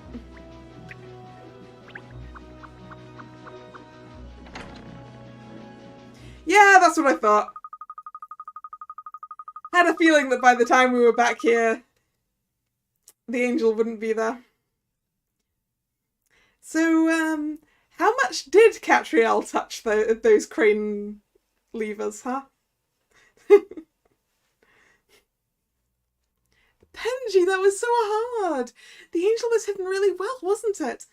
Oh, is something different in here? It feels even bigger than before. I think you're right. Yes, you are right. You're always right, Bess. Well, this angel statue hunt is very naughty, isn't it? But a bidding slip for that statue, what a prize to tell everyone about. But for what statue? Oh, where is the golden goddess, though? The golden goddess is gone? Gone?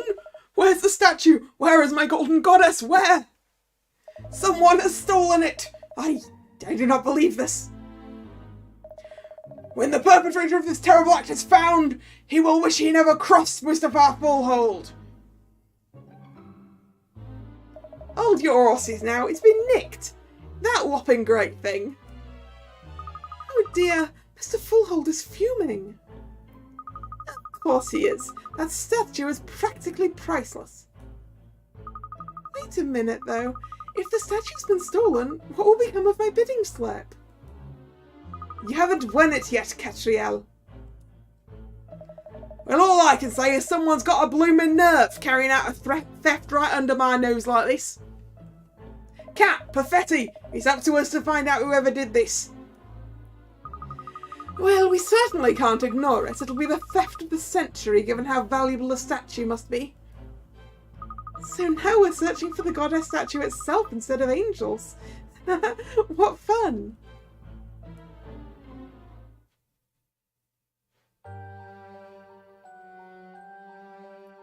I've had the crew search the ship, Mr. Fullhold, but there's no sign of the statue anywhere.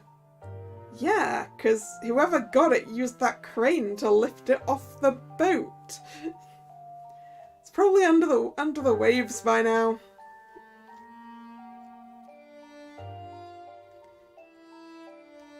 But this is madness! The statue is enormous! Where could someone possibly have hidden it that we can't find again? In the ocean, on another ship. It's a terrible crime. I'll go straight to the bridge and radio back to shore to let them know what's happened.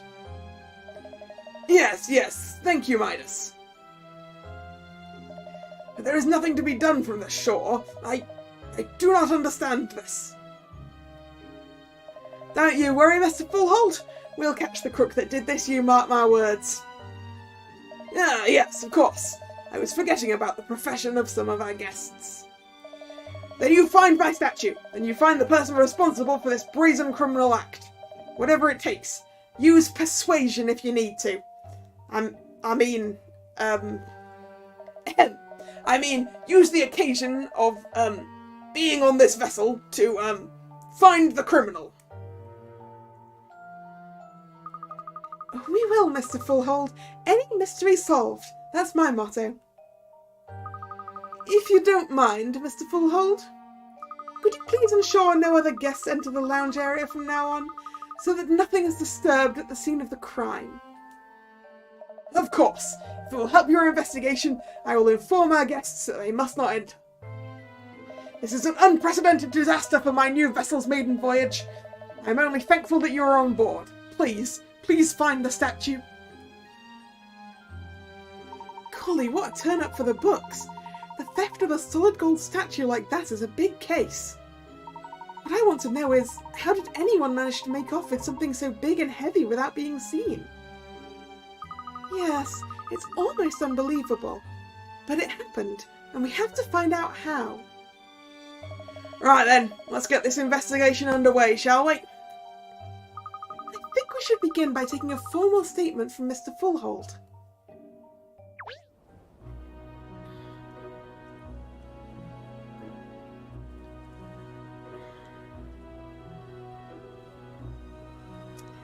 Right, taking a formal statement, huh? Although actually, this feels like a reasonable point to end. Because if we continue on, we'll be in the middle of trying to find this thing. So, I'm going to call it here then.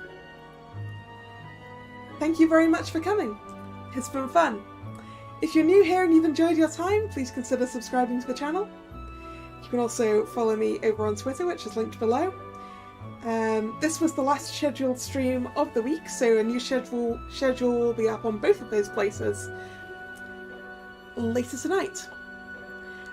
Next stream will be tomorrow, Monday 7 PM, and I'm thinking Monochrome Mobius, because yeah, I think it is quite appropriate to play Monomovie on Mondays, huh?